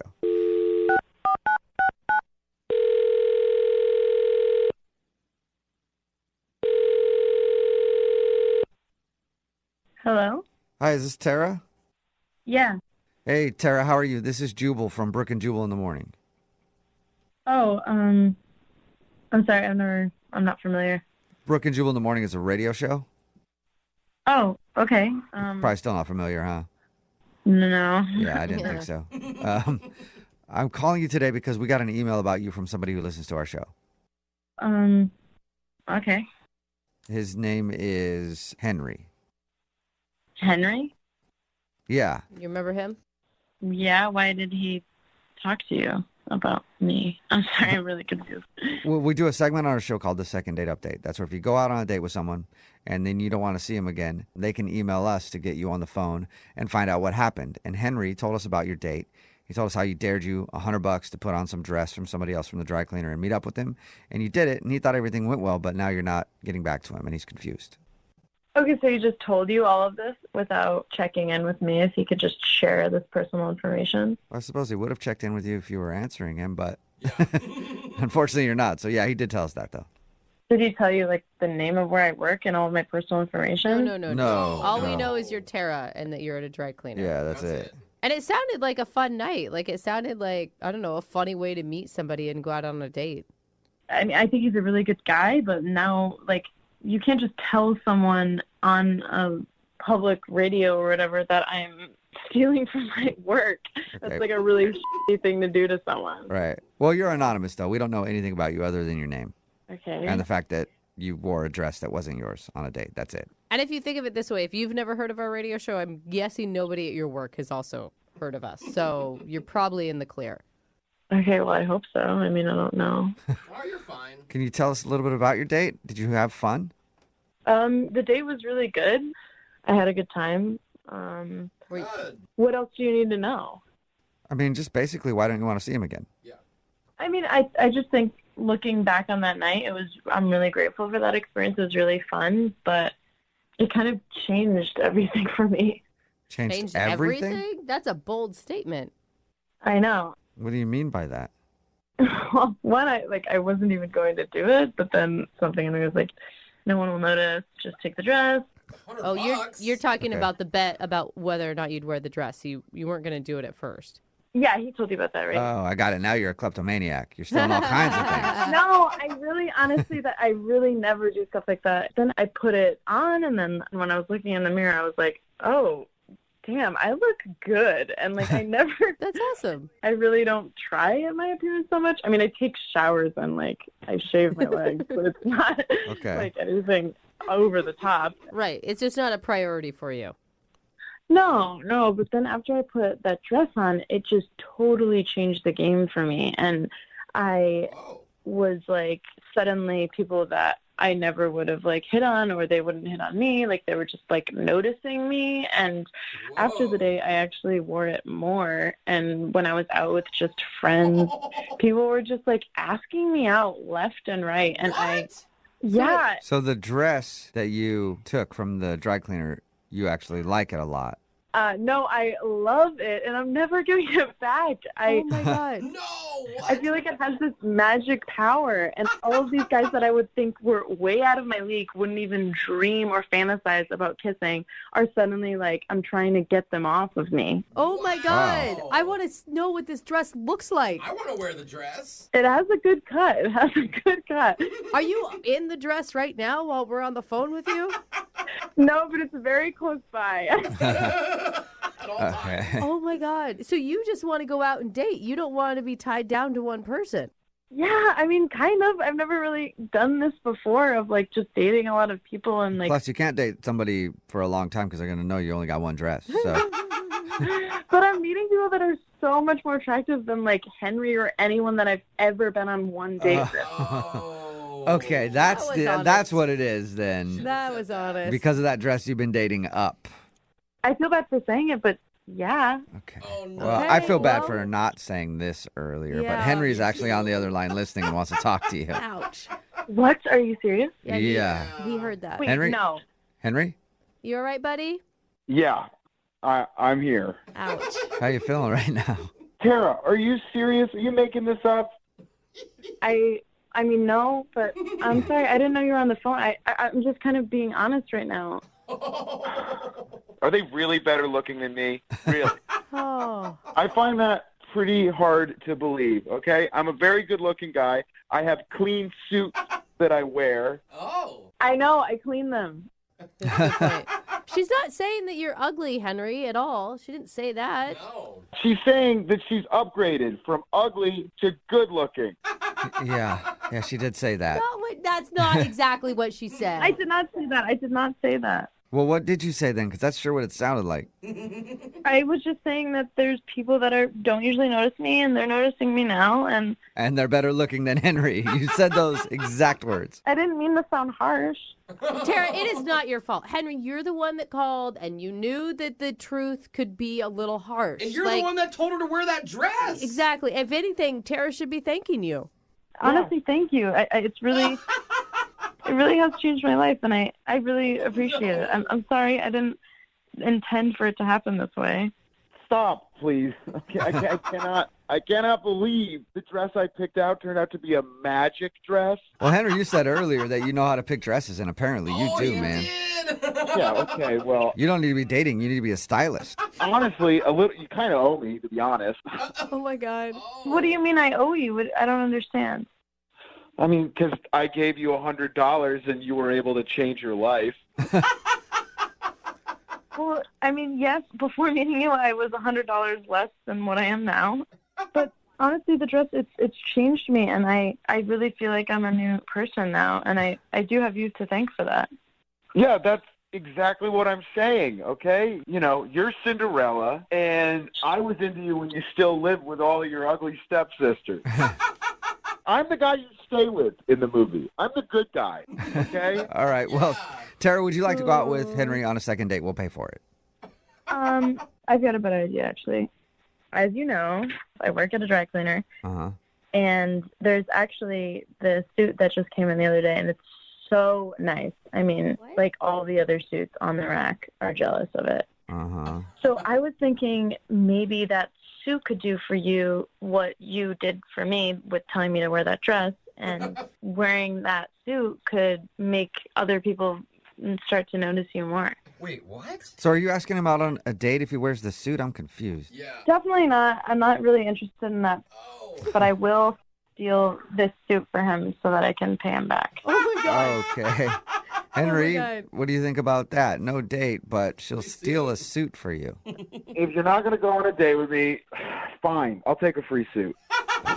Okay. Wow. All right, well, I think this kind of worked out. Like, you didn't get a date out of it, but free clothes. You got some new clothes, man. That's not bad. You know, dating's freaking weird these days, guy. I'll take what I can get. All right, well, now you get to date a new suit. That's awesome. Congrats. Yeah. You're going to look so good in this suit, Henry. Trust me. You're going to get like 6s and 7s. Wow. You're right, Henry. 6s and 7s headed your way. Wow. I'll take it. Brooke and Jubal in the morning. Brooke and Jubal's second date update. Today's second date update is just another case of the old hit it and quit it. Uh-oh. Quite literally, because Cassie, who is on the phone to do a second date update today, says she met the guy that she went out on a date with because they got in a car accident. Oh. And now he's not calling her back. So maybe not the hit it and quit it that you were thinking about. Yeah. What's up, Cassie? Hi. How's it going? I'm okay. I'm a little worried, I guess I could say. You're worried? That seems kind of intense for just a first date. I'm just like concerned, like if I did something wrong or if like this whole situation is different than I perceived it. I mean, you know how dates can be. Like you could think things are going well and they're probably not. Yeah, most of the time they're not. Yeah. 98% of the time they're not. So Right. Your email said that you met him because you were in a car accident. Like, were you in the same car together or? No. This is kind of stupid on my part, but I was driving and there was a lot of traffic and this song played on the radio that I really love and I just started jamming out and I was really happy and I wasn't paying attention and I rear-ended this guy. Oh, man. So how do you go from hitting this guy's car to going out on a date with him? So he steps out of his car, he slams the door, turns around and he looks and he is just furious and he's clearly really upset, really angry, and he walks up to my door, and I get out, and he's like, what the hell are you thinking? Can you not see? Are you blind? Do you know how to drive? And at this point, he's so angry, and I felt so bad. I kind of started crying, and... Oh, no. That could be a lot of emotions in that situation, you know, especially if someone's that angry. Yeah, so I started crying, and he immediately eased up. Like, he just stopped. And he was like, oh, my gosh, I'm sorry, you're really beautiful. And I was just kind of, yeah. Why you cry? So he's screaming at you about running into the back of his car, and then just like a deer in headlights goes, "Whoa, sorry, you're hot." Yeah, I don't know if it was the tears or what. You know, most people don't look pretty when they cry. You are lucky. I get real snotty, puffy-eyed. I mean, it literally looks like someone had punched me in the face 4 times. You know, that's what I thought about myself, too. But I guess, I don't know, I guess there was something dreamy about it. But Did he segue from you're beautiful into let's go out on a date, forget the insurance, and... basically, you know, I was kind of joking. I was like, oh, are you doing this just to get my information? You know, I was going to give you my information either way, and da-da-da-da. And he's like, no, I'm really serious. He was really sincere. And so we get to talking, and we're, like, really clicking. And he asked me out on a date. And I was like, oh, you know what the heck? Why not? Okay, that's a cool way to meet somebody. At least you have a good story. No kidding. Right? And how was the date? The date was amazing. We took a walk around the city, and, you know, we just talked about everything. I felt really comfortable and at ease with him. And That's all you guys did was walk? yeah, we, like, walked around and we talked. Weird. It was pretty low-key. I don't know why that sounds like such a strange date to me, just walking around. Straight? Yeah. Yeah, I it don't is- like to walk in general. And then just going on a walk with somebody sounds I love torturous. walking. It's so nice. Okay. Glad none of his anger issues popped up again for you. Fortunately, none of them popped up. It was just all, like, really sweet, really lovely. And, you know, at one point we even kind of started to hold hands. What? Yeah. That's cute. Yeah, it was really cute. Time flew by. And then, you know, I got to the point where I was like, well, maybe I'll invite him to my place for a drink or something. So I did. And he was like, well, I've got things to do and da-da-da. So we parted ways. He gave me a hug. It was nice, but I felt kind of strange. And then since that time, I don't know, I haven't heard anything from him. And so I thought maybe the whole date was different than I expected. Maybe he just wanted my information because of the wreck. But why would he hold, Yeah. I mean, why would he have to go to hold your hand? You know, like, Or even meet up with you at all. totally. Right. And I would think since, like, it went so well and we spent a good deal of time together, I don't know. I thought there was the start of something, maybe. I will say it is kind of weird that he turned down your offer to go up to your place for a drink. Yeah, maybe I did something wrong. Maybe I was just awkward, or it was going well in my head and it actually wasn't. Or maybe he was so into you that he scared himself. Oh, gosh. I don't know. So- Oh, gosh. Is there anything that you can think of that might have gone wrong? Maybe he thought I was pretty when I cried, and I wasn't so beautiful when I wasn't crying. He's like, sorry, I don't know. I only date chicks that are in tears. Yeah. You're lame. Maybe you should have yelled at me, and I would have cried a little bit. Well, we'll play a song, come back, call him, and get your second date update, okay? Okie doke. All right, hang on. Moving 92.5. Brooke and Jubal in the mornings. Second date update. Coming this summer to a theater near you, it's the feel-good hit of the year. Julia Roberts as the toothy brunette who can't drive. Cassie from today's second date update, and Richard Gere as Ross, the angry man who got rear-ended. Star in this feel-good classic, Accidentally Yours. Oh, Coming good title. soon. Don't miss this hit. If you don't know why I did that, in today's second date update, Cassie is on the phone, and she wants to call a guy that she met after she rear-ended him in traffic. Basically, he just yelled at her for a minute, then she started to cry, and then he did like a double take and was like, whoa, you're beautiful, we should go out on a date. Sounds kind of like a bad romantic comedy, but that's how it worked out for her. And then they went out and walked around for a little while. That was the date. They just walked around. She said they had a great time, and she can't understand why he's not calling her back. She even invited him up to her place for a drink, and he said no, and that's the last that she's heard from him. Yeah. Oh, I feel bad for you, you know? Like, you had so many high hopes, it sounds like, for this one. I did, mainly because I thought we got along really well. And it kind of feels like fate the way you met, you know? Yeah. Like you were meant to get in an accident that day so you could meet the love of your life. Oh, gosh. All right, well, I'm going to dial his phone number right now and see if we can get him on the phone and figure out why he's not calling you back, okay? All right.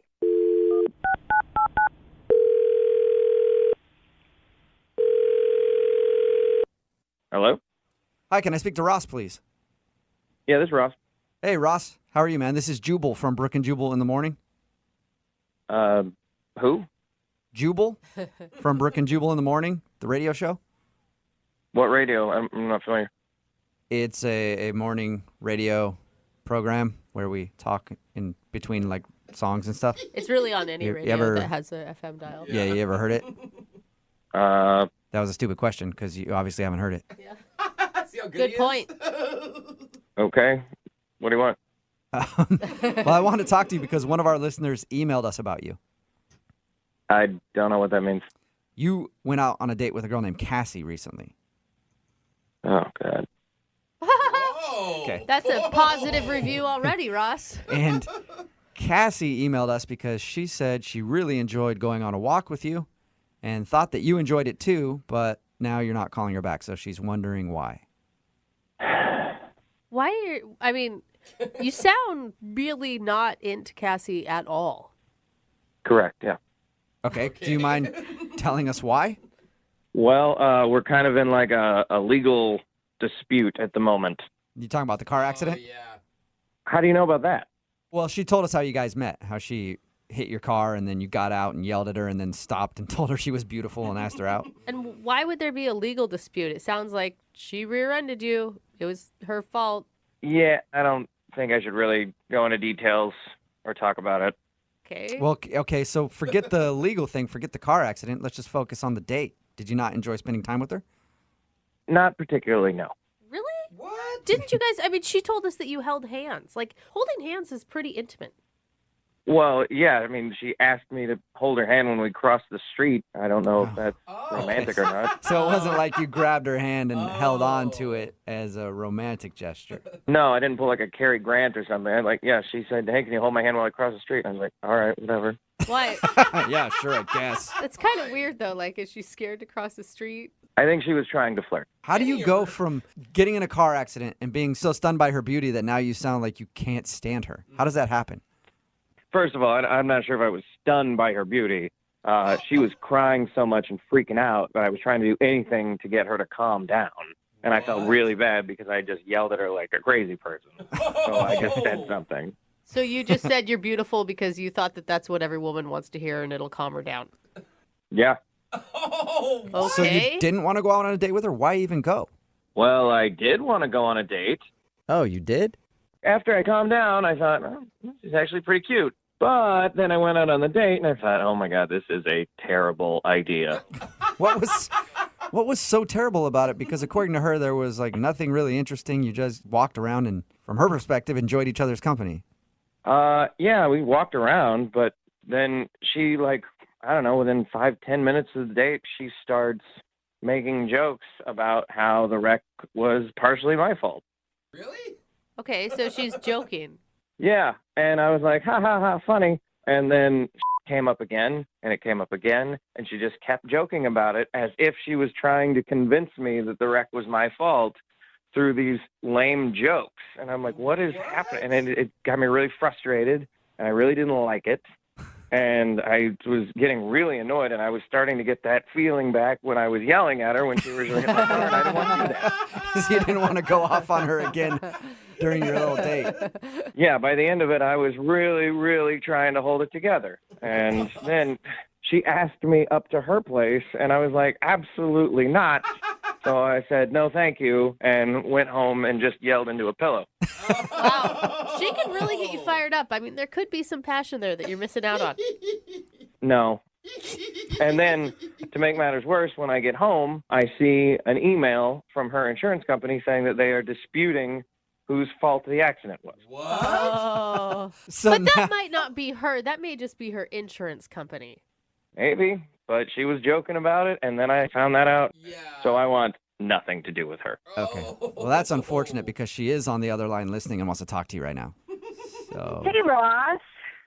Oh, my God.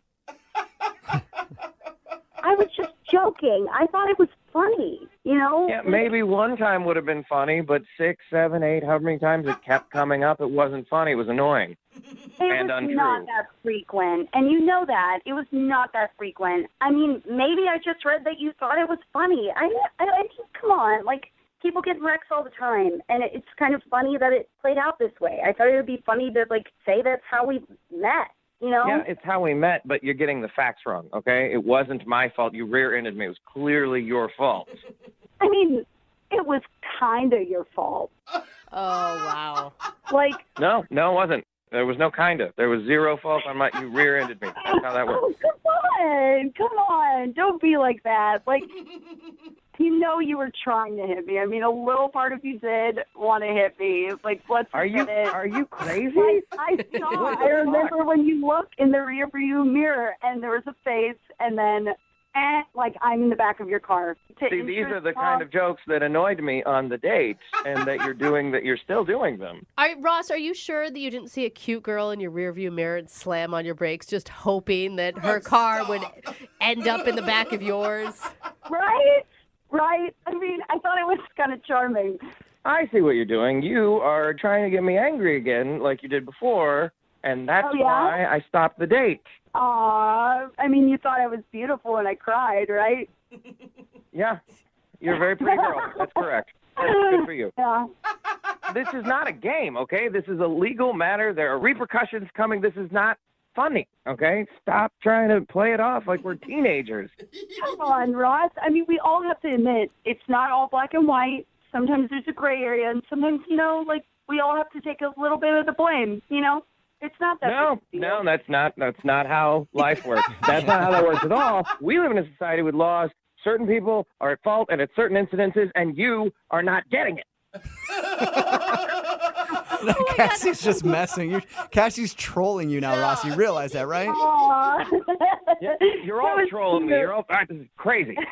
You're kind of funny when you're mad, though, Ross. I mean, I kind of get where it's a little fun. Why is everyone laughing? I'm losing my mind over here, and you guys are having a great old time. You're just getting so upset. I mean, she's just joking with you. And that's the point. It is not a laughing matter. Okay? This is not funny. No. What are you laughing at? I'm laughing because you're getting so mad and you don't have to. I'm getting mad because you hit me and you're not admitting it. And now I'm having to fight about it with insurance companies. Oh, Roz, just stop focusing on that stuff. The courts are going to handle it. Let's just focus on you and me and the good time we had. There is no you and me. You and me aren't. That doesn't happen. It can happen, Ross, if you'll go out with her again. Will you go out with Cassie? That is not going to happen. Come on, one more time. Just go out with Cassie and we'll pay for your second date. Pay for a second date so you can make fun of me all over again on the radio? I don't think so. Come on, Ross. I will side with him a little bit where I'm sure you're having to spend a lot of time on the phone with insurance companies, and that can be a little upsetting. You don't have to talk to them. You could talk to me. I'm talking to you right now, and it's not going well for me. Brooke and Jubal in the morning. You know you're getting blown off for a date when somebody tells you that they have a doctor's appointment at 8 o'clock on a Friday night. What? As far as I know, not a lot of doctors working that late on a Friday night. That's what happened to Matt, who is on the phone right now and wants to do a second date update. He wants to call a girl named Claire. Apparently, Claire is really bad at blowing guys off. Yeah. Because he asked her out after their date, and that was one of her excuses that she used. Apparently, she's used a bunch of excuses, and he's wondering why she just keeps blowing him off. What's up, Matt? How are you? I'm doing great, guys. How are you? Good. So she actually sent you a text after your date saying that she had a doctor's appointment at 8 on a Friday night. Yeah, twice actually. She did that 2 different weekends. Because I waited a couple days. I didn't want to, come off desperate or anything. I wanted to play it cool. So I texted her and I was like, "You want to grab some drinks tonight or something?" This was earlier in the day, and she's like, "Oh, I have a doctor's appointment tonight." How do you even respond to that? Like, what did you say back? I mean, I wasn't going to try to pester her because I kind of took a little bit of a hint. I gave her the benefit of the doubt. I was like, okay, well, let me know afterwards, hit me up, and maybe we can do something. Part of you wanted to text her back and be like, it's Friday night at 8 o'clock. Do you really have a doctor's appointment?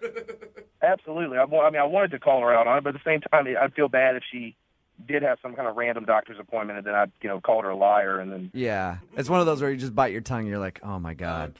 Yeah. Or do you think she sent it and she's like, oh wait, that doesn't make any sense. He's gonna know that I'm blowing him off. I don't know how lady doctors work. I mean, maybe lady doctors are open. No, Open no, you're not getting pap smears on a Friday night. It's not what we do. No, there's no like happy hour, late night happy hour for those things. Yeah. What was the other excuse that she used on you? I texted her a second time. It wasn't as late. I figured, maybe she wanted to do like a happy hour or something like that. And what'd she say back? Actually, I was surprised because that one was a dentist appointment. Oh, please. She needs to get more creative is the problem. You sure you want to call this girl and try to get a second date? I mean, I think more I want closure. I want to know what happened because we hit it off really well. She's gorgeous. I don't usually do blind dates, but the one time that I did it, it worked out really well. I thought we had a lot in common. So this was a date that was set up by somebody? Yeah, our friends, we have some mutual friends, and they kept pestering me over a couple of weeks, and finally they showed me a picture of her on Facebook, and I was like, oh, absolutely. Okay. Do you think that she was maybe disappointed when she saw you? If she was, she didn't act like it. I mean, maybe she's really nice. I mean, I don't think I'm that much of a disappointment to look at, but it seemed like she really enjoyed herself. So everything on your date seemed cool. What did you guys do? It was just a first date kind of thing where we just went out to a bar and had a couple drinks, and we ended up just talking for at least 2 or 3 hours. What? Nice. That's Okay, a that's long good. time. Like, I mean, if she didn't like you initially, I wouldn't stay around that long. And I'm pretty good at reading people, so I mean, either she's a really good actress or if she was having a good time. But I mean, it felt like things were really clicking. Was there anything weird that happened during your date? Not that I'm aware of. I mean, there was a couple of times, she went to the bathroom, just like once or twice. But then after you're having drinks, someone goes to the restroom. Yeah, that's fine. Yeah. Unless she's a cokehead and she's just doing all kinds of drugs in the bathroom. Sounds to me like she's doing drugs in the bathroom during your date, Matt. I never actually thought about that. Well, you got to think about it more often. Whenever I'm out on a date, as soon as she goes to the bathroom, I know exactly what's going on in there. I'm tired of going out with all these druggies. All right, so you still want to call this girl, even though she's blatantly blowing you off? Oh, absolutely. She's really one of the prettiest girls that I've ever went on a date with. Like, just really beautiful. Absolutely my type. And the stuff that you look for in common with someone, those things that we had together, it was just something that we could build on. Did you give her a kiss at the end of the night? No, we just hugged and went on about our way. Okay. Well, we'll play a song, come back, call her, and get your second date update, all right? Awesome. Thanks, guys. All right, man, hold on. 92.5. Brooke and Jubal in the mornings. Second date update. Matt is on the phone with us, and he wants to call a girl named Claire today. They met through friends, went out on a date. He thought everything seemed cool, but since then he's tried to text her and gotten horrible excuses back as to why she can't go out with him. It was a Friday night at 8 o'clock, and she said she had a doctor's appointment. And then the next time he said, let's hang out earlier, like 5 o'clock on a Saturday. She said she had a dentist appointment. Obviously blowing him off. Matt, are you ready to make the phone call? Yeah, man, absolutely. All right, well, I'm going to have to, unfortunately, tell you I'm going to need to reschedule. I've got an optometrist appointment here in 10 minutes, so shouldn't be a surprise to you, though. This is kind of what people do to you, right? Yeah, absolutely, yeah. Have you ever been this blatantly blown off before? Never. No, that's what's bugging me so much. Yeah. I can see your point, because I would be like, I just want to know why. Yeah. Why do you feel the need to pretend with a doctor's appointment at 8 o'clock on a Friday night? All right, man. I'm going to dial the phone number right now, get her on the phone, and get your second date update, okay? Cool, thanks. Here we go.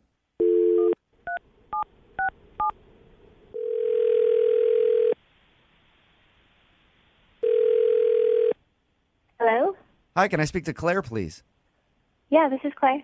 Hey, Claire, how you doing? This is Jubal from Brooke and Jubal in the morning. I'm sorry, I don't understand. Okay, that's fine. It's a morning radio show, and one of our listeners recently emailed us about you. Who did?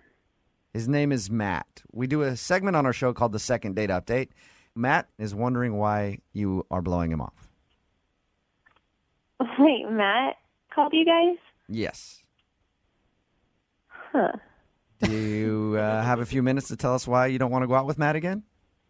I mean, I guess there's not much to tell. There's not much to tell. Well, can I tell you something? Sure. We talked to Matt about your date, and we talked to him about everything after the date, and Matt thinks that you're a liar. He thinks I'm a liar? He thinks that you're a liar. Okay, why? Because you told him you couldn't go out with him because you had a doctor's appointment at 8 o'clock on a Friday night, and then the next time he asked you out, you said you had a dentist appointment. So, that's my business, and for the record, I'm not lying. Okay. You're not lying that you went to the doctor's at 8 o'clock on a Friday night? I'm not going to explain this to you guys. So the doctor's appointment stuff is all true, and you haven't been blowing him off. You want to see Matt again. I mean, not necessarily. I don't actually want to see him again. Well, why would you make up lame excuses? Why don't you just tell him, hey, I don't think it's going to work? I don't need to justify any of this to you guys. I didn't get that feeling with him, and I don't want to see him again. But okay. Hey, I don't care if you blew him off the way you did. Whatever, doesn't matter. It's not my life. That's his. But is there a specific reason why you don't want to see him again, so that I can go back to him and tell him? No, I just didn't get the feeling I feel like I should get. So there's just no chemistry, like you weren't attracted to him? There's just a feeling a girl gets when a guy really likes her, and he was just weird. I didn't get that from him at all. So you didn't think that he liked you, but he's asked you out a bunch of times since your date. I mean, it was weirder than that. It was when we went into the bar, I was like, oh my God, here's my ex-boyfriend. And he was sitting at the bar too. And so I told Matt that, I used to date this guy. And, he wasn't even phased. He didn't even, he didn't care. He didn't, he just went along with the date like nothing happened. And I was like, don't you get it? We slept together. This is, weird, you know? So you wanted him to be upset that your ex-boyfriend was there? It's not that he has to, get upset or angry about it, but, I want to, show that he actually likes me. He probably should seem like he's at least fazed by a little bit, a little bit weirded out. I don't know. So you want him to, go up to your ex-boyfriend and threaten him right there or something? No, I don't want him to, fight or anything. I just, want him to be a little bit jealous and show me that he cares about me. That just comes off as a little crazy to me. Did you purposely take him to a bar that you knew your ex was going to be at? Oh my God. What is this? I honestly don't need to explain any of this to you. I'm being nice by explaining why I'm not calling back a guy that obviously was acting weird at a date. I talked to all my girlfriends. They agree. It's weird if you're just don't even care, that this guy I used to date, he didn't want to leave. He just wanted to stay there and keep talking about books and stuff. So you would have rather that it weirded him out and maybe he was like, I don't want to be here around your ex. Let's go somewhere else. Exactly. Yeah. But it's a first date and he's not even invested in your guys' relationship. What does he have to be jealous of? I mean, I slept with the guy that's 5 bar stools down. I would be jealous. And then, okay, so halfway through the night, my ex-boyfriend came up and introduced himself, and, Matt just, offered to buy him a drink. I mean, that's over the top. Not even acting phased. So Matt was too cool to your ex. You would have rather him been, in a perfect world, Claire, if you were out with a guy and this happened, how would you want him to react? I would want him to be, cold and, defend me and, not just sit there and act cool about it he doesn't care about me. Are we friends or are we on a date? I couldn't tell. I really couldn't tell. Oh my gosh, Claire. All right, so you like a guy who gets a little jealous, and Matt is obviously not that guy. Obviously not that guy. Okay. Hey, Claire, I should let you know that Matt is actually on the other line listening to this conversation. What? Yeah. I don't know what I'm supposed to say to you. Is it that I'm too nice? I don't understand what it is. For your information, Matt, if you're out with a girl, they want you to be jealous. If some guy starts flirting with me, especially if it's my ex-boyfriend. Honestly, I was just trying to be a nice guy and just play it cool. I figured if I come off mean that would, you wouldn't find that attractive. I wanted to try to be polite and nice. No, like what's attractive is being a man in that situation and like not just like, playing it cool. I don't want you to play it cool. Like, so was I supposed to like punch him out when he walked up or something?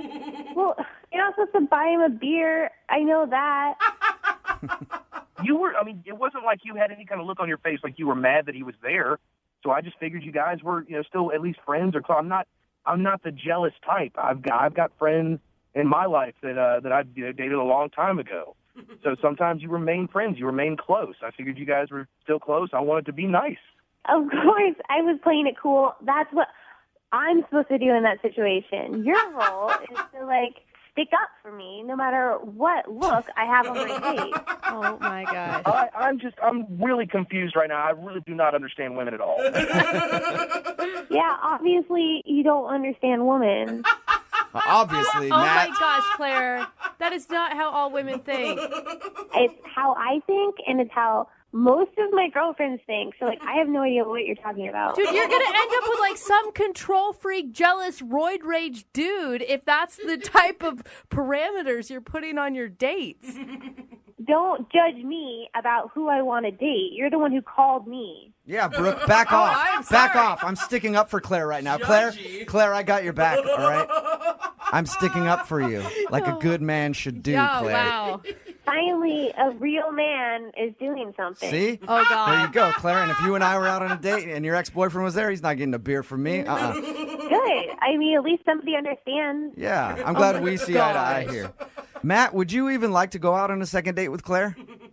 I mean, knowing what I know now, absolutely not. She's obviously got some kind of point of view of what the roles of men and women are. I mean, so if she wants to... Okay. It's not that I want some macho guy. I just want a guy that has, like, balls, Oh, my gosh. You know what? Whatever, I'm done with you. That actually probably will get you another date with Claire if you treat her like that. That's actually true. Good job, Matt. Brooke and Jubal in the morning. Brooke and Jubal's second date update.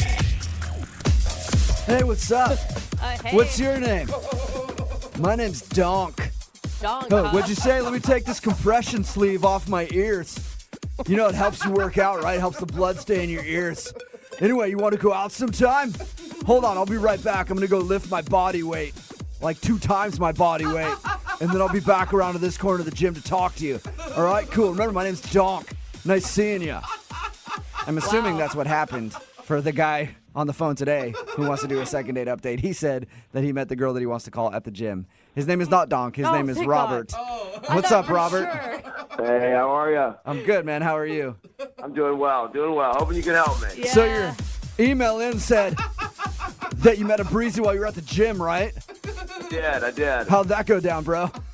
Well, I was at the gym, and I noticed this girl, and I thought, she was over there lifting. Oh, my And God. I thought, well, I'll go over and I'll try to flex my muscles next to her. You're joking. I mean, you're kidding at that point when you're telling us this, right? I wish, but the male ego is a scary thing, I think, sometimes. And I realized this in hindsight, but that's what I did. Did you really actually go flex, or you were working out next to her just trying? I was working out next to her. Okay. I pictured you standing next to her just flexing your muscles in the mirror. Extra loud, like. No, I didn't do that. Thankfully. Okay. All right. Thankfully, I did not do that. So what was your opening line? I'm always interested in that. So I saw her over the drinking fountain, and I just went up to her, and I just said, "You have some really nice glutes." You did not say that. Yeah, I did. Yeah. You could tell that she works really hard. She works really hard on those glutes. So, I mean, was she kind of like a meathead like you are? No offense. Whoa. I mean, just say, like, that's, Yeah, I don't know. no. What do you want? Gym rat? I don't know what the term is. No, meathead's a compliment, no doubt about it. That's what I am. That's what I do. Absolutely. And yes, same deal. She was rocking some very expensive athletic wear, head to toe. So I was definitely feeling her. Okay. And what did she say after you complimented her glutes? She said thanks. She said thanks. I work hard. Oh my God, you live in a world that I will never enter in my life, and not for lack of wanting to. It's just I don't have the effort that you guys have. So did you ask her out right there? I waited till after the workout. I try not to be complete creepo, and waited till she was leaving the gym. Then I went up to her in the parking lot, which sounds creepier, but it really wasn't. You followed her out to her car. I did do the follow to the car. Yeah, women love when big muscle-bound men follow them into dark parking lots. And what did you say there? Like, how are you going to drive a car with those big glutes? Like, can you even fit in the seat? That's pretty good. I wish I had said that. No, I just said, hey, what are you doing tomorrow night? You want to go get dinner? It's pretty simple, pretty straightforward. Okay. And she obviously said yes to that. Otherwise, you wouldn't be doing a second date update right now. How did dinner go? It was good. I rocked my good luck button-down shirt, which always makes me feel good. Nice. Sometimes the shirt makes the man, I feel. Okay. And dinner went great.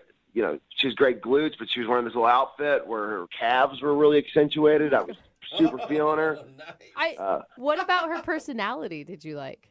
Personality-wise, she was cool. Yeah, we had some good conversation. What'd you guys talk about? I told her that I run a couple different businesses, and I kind of went on a bit of a rant, and I'm afraid that maybe it was too much. It was just like one time, but it was kind of went on a little bit of a rant about my businesses. When you mean rant, I automatically think like angry rant about your businesses. What do you mean by rant? Well, I did talk about a guy that had screwed me over in business once. That's why I think it feels like a rant. Okay. Yeah. Are you an angry guy? Not particularly, but I am when I'm crossed. You know what I mean? Like, I think I'm a pretty happy guy day to day, but if somebody screws me over, then yeah, I get pretty fired up. You mess with the bull, get the horns. Yes, exactly. Okay.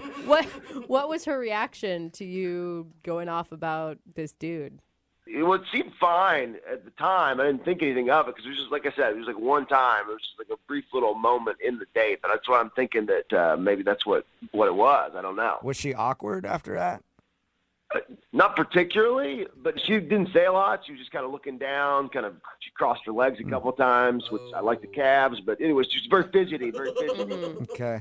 Yeah, women don't tend to like it when guys rage at the dinner table. Well, it wasn't a rage. It was a rant. Rant's just like a degree less than a rage. Yeah. Okay, so you weren't going totally crazy. So that makes it better. How'd you guys end everything?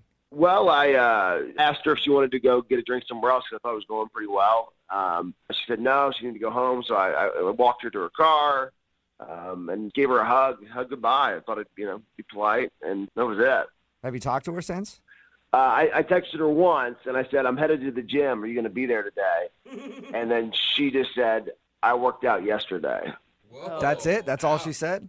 That's all she said. And then I'm like, I was at the gym yesterday, and I was there for a good period of time when you would have been there, and I didn't see her. Okay, so you think she's lying to you about that? Yeah, I do. And you haven't seen her at all in person at the gym? I have not, no. All right, well, we'll play a song, come back, call her, and get your second date update, all right? Awesome, thank you. Yeah, man, hold on. Moving 92.5. Brooke and Jubal in the mornings. Second date update. If you're just joining us for today's second date update, Robert is on the phone, and today he wants to call a girl named Chandra. What do we know about Chandra? She's got an okay personality and some great glutes. Oh, man, those glutes. And some calves, some wonderful calves as well. That's what Robert liked about her. They met at the gym. He complimented her glutes. They went out for dinner, and now she's not calling him back.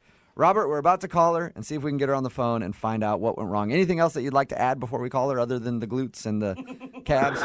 No, I just want to say thank you. Thank you. I'm very curious to hear what she says. This is awesome. I feel like it's going to be something pretty extreme because it sounds like she switched gyms just to avoid you. To me, I'm just saying, you haven't seen her there. Whoa.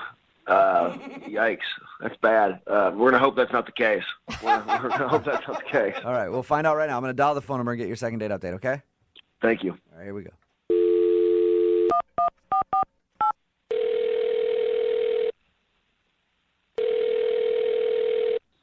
Hello? Hi, can I speak to Chandra, please? This is she. Hey, Chandra, how are you? My name is Jubal, and I'm calling from Brooke and Jubal in the morning. Hi, you're calling from what? Brooke and Jubal in the morning, the radio show. Okay. How are you today? Fine. Why are you calling me? Well, I'm actually calling you because one of our listeners emailed us and asked if we could get a hold of you. What? Yeah.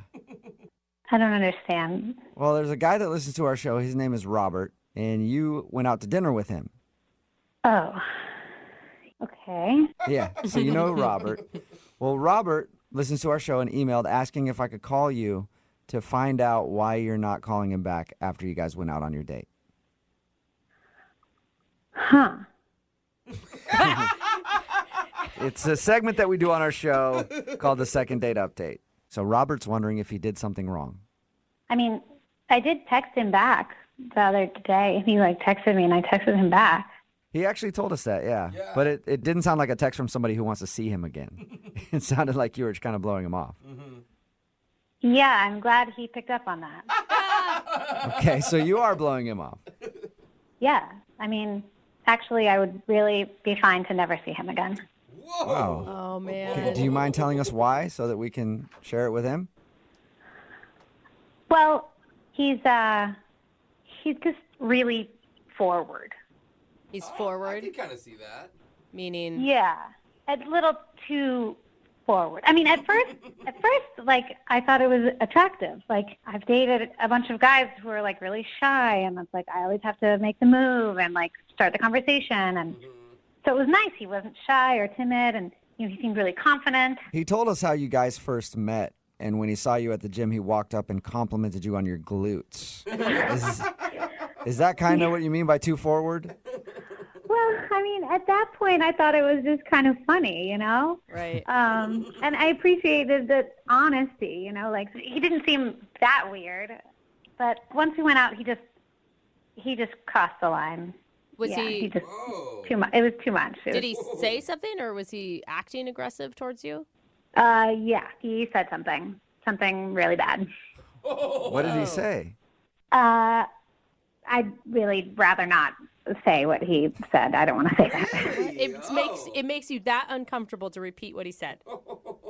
Yes, definitely. Can you give us a hint?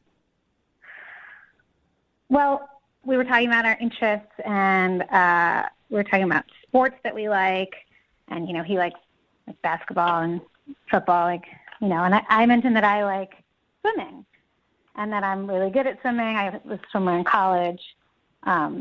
And I was talking about how I'd probably like it because I was really good at it. Mm-hmm. Okay. And then he goes, you know what I'm good at? And he leans into the table. Oh, no. Uh-oh. I can already see what's coming. And I can't say this. I shouldn't say this. He doesn't know. He literally thinks that he did nothing wrong on this date. He thinks he did nothing wrong? Yeah. He thinks he said nothing inappropriate? Yep. Yeah. When we talked to him about your date, he was like, "Oh, it was cool. We just had a fun conversation. I may have got a little ranty at some point about my business, but that's all I could think of." That's amazing. This guy's totally clueless. All right. The anticipation is killing me. What did he say? Yeah. Oh, God. Well, I can't say this, but I'll try to give you the idea. Okay. He leans into me and he says, I'm good at doing things for others that make them happy. I'm assuming you don't mean charity work. No. He was vulgar about it. Really? Oh, wow. Yeah. How vulgar? He used some pretty disgusting words. Can you just do a rhymes with here? No, I'm not going to do that. Use your imagination. If he was talking about how he is good at servicing women. I think I understand what he was saying. And he really thought he was going to impress you with this information. Yeah, I've been on a lot of dates. Nobody has ever said anything like that to me. Wow. And you weren't interested in putting his skills to the test, huh? Gross. This was a first date. Yeah. Okay? We hadn't even kissed or anything. And we're talking about sports, and that comes out of nowhere. And there was no sexual talk at all before this statement. I was talking about being on the swim team. Well, thank you for telling us your story. I appreciate it. You're welcome. It was horrible. I wish I could forget it. Well, unfortunately, you're not going to be able to forget it just yet because he's on the other line listening and wants to talk to you. Wait, what? Yeah. Are you serious? Robert? Hey, Chandra, how you doing? Oh, God. Yeah, I'm a little confused. I'll be honest with all of you. What? We were talking about things that we were good at. She said she was good at swimming. I'm really good at that. What's really wrong with that? That's not a sport, Robert. Inappropriate, man. It is for some people. I can't believe, it was a first date. You don't say that kind of thing out to dinner at the dinner table. We're eating. I hear what you're saying, but you can't tell me you weren't at least at all intrigued if whether or not I was good at that, right? I mean, there was a little part of you somewhere deep down in the recesses Okay, of your brain. Robert, hold on. Robert, listen. Does it seem like I was a little intrigued? Well, you should have been because I'm really good. I'm really good. I I'm don't proud of even that. want to meet the women who told you that. Well, you got to give him some credit. He likes to put a lot of effort into pleasing women. Thank you. We're up there. Yeah, look, it's not about me. I didn't talk about me. I was talking about you. I'm here for you. That's the kind of team player that I am.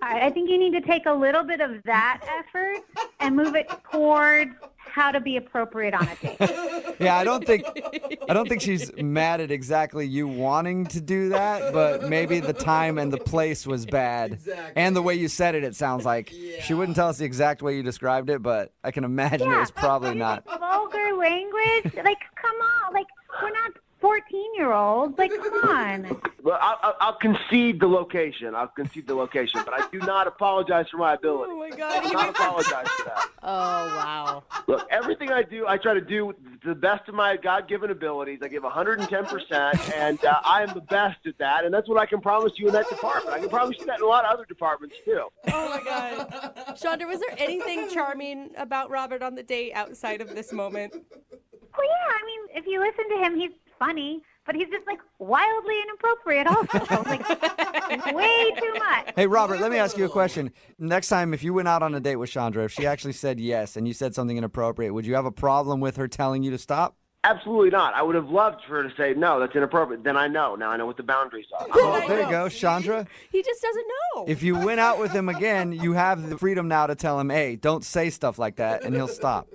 I kind of feel like he has learned nothing from this conversation. I don't want to have to be telling him every time he says something inappropriate. Like, you have to monitor yourself.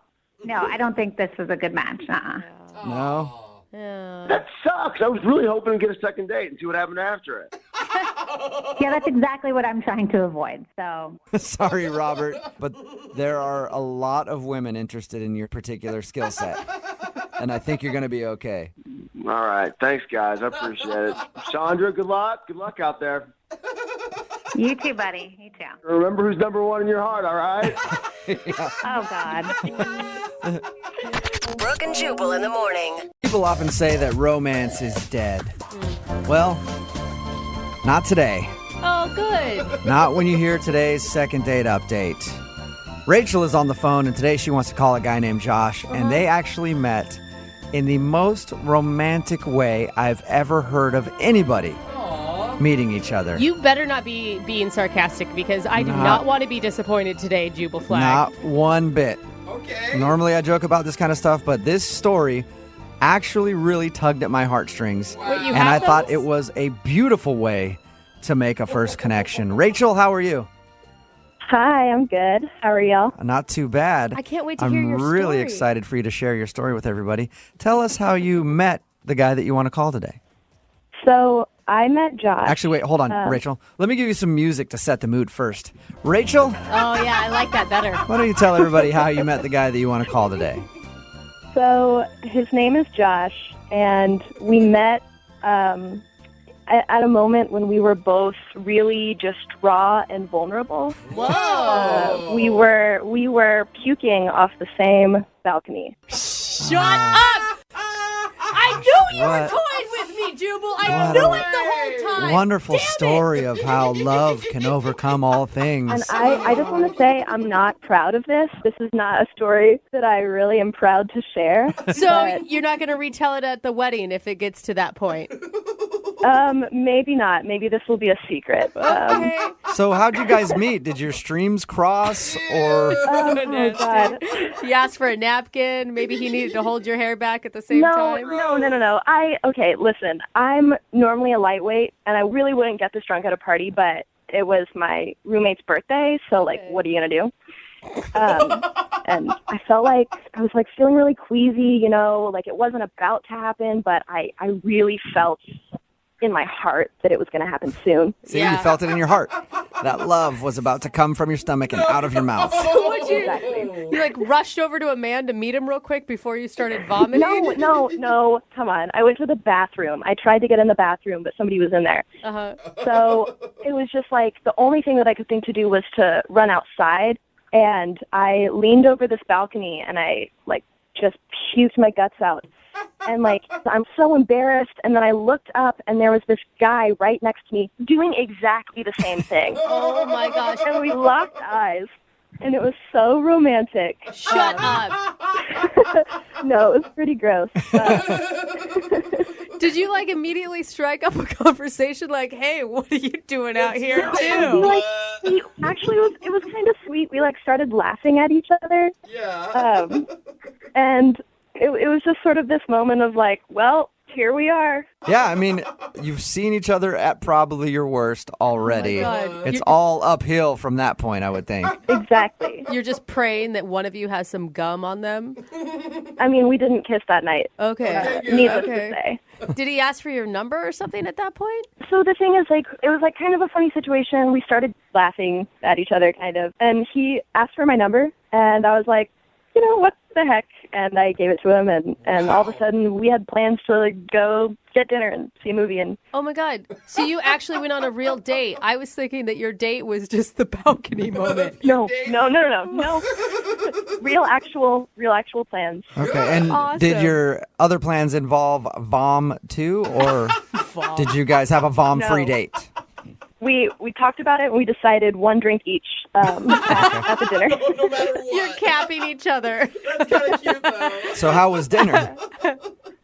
Well, okay, so it actually ended up not even happening. What? Oh, No. Yeah, got there, started getting all of these texts from my roommate that my cat had been missing. And so I'm freaking out, pretty much immediately had to leave right when my food got there. Oh, that sucks. Yeah, but he was super nice, drove me back home, and I felt like such a jerk because I didn't even say goodbye. I ran out of the car, went inside. Yeah, I know, but I love my cat. Did you find your cat? Yeah, it turned out he was in the closet, so it was a huge to-do for absolutely nothing. Oh, I'd be pissed. Man, roommate Did with the you block. text this guy or call him and let him know what happened? Yeah, I tried to call him and apologize for running off. It's not my fault that my cat got lost, but I can't get a hold of him. It's been 4 days. I don't know what's up, and I really just I want to explain. I want to explain myself. Okay. Well, we'll play a song, come back, call him, and get your second date update. Okay? That sounds great. I mean, he just seemed like a really cool guy. I don't really want this opportunity to pass me by. All right, we'll do it right after this. Hang on. Moving 92.5. Brooke and Jubal in the mornings. Second date update. Hey, Rachel, I really don't know why you're not getting a call back. Your dating experience had all of the key elements that it takes to be successful in love. You had projectile vomiting, and you had missing cats. And that's really all you need to win at this crazy little game that we called love. It does sound like a Taylor Swift song. If you missed the first part of the second date update, Rachel is on the phone. She wants to call a dude named Josh. They met at a house party when both of them were vomiting on a balcony. They struck up a conversation after and agreed to go out on a date. They didn't really finish the date, though, because when they met up for dinner, at the beginning of it, she started getting text messages from her roommate saying that her cat was lost. So she stopped the date. He drove her home. She ran out of the car, and she hasn't heard from him since. So we're about to call him and find out what could have possibly gone wrong in that whole thing. Detective And it seems like if a guy's cool with the vomit part, you think he'd be cool with the freak out on the cat issue. Right? Yeah. So, I mean, I don't think you could have done anything worse than what you started with. That's why this whole thing just doesn't make any sense to me. I really appreciate you guys calling him for me. No problem. All right, I'm going to dial his phone number right now. Here we go.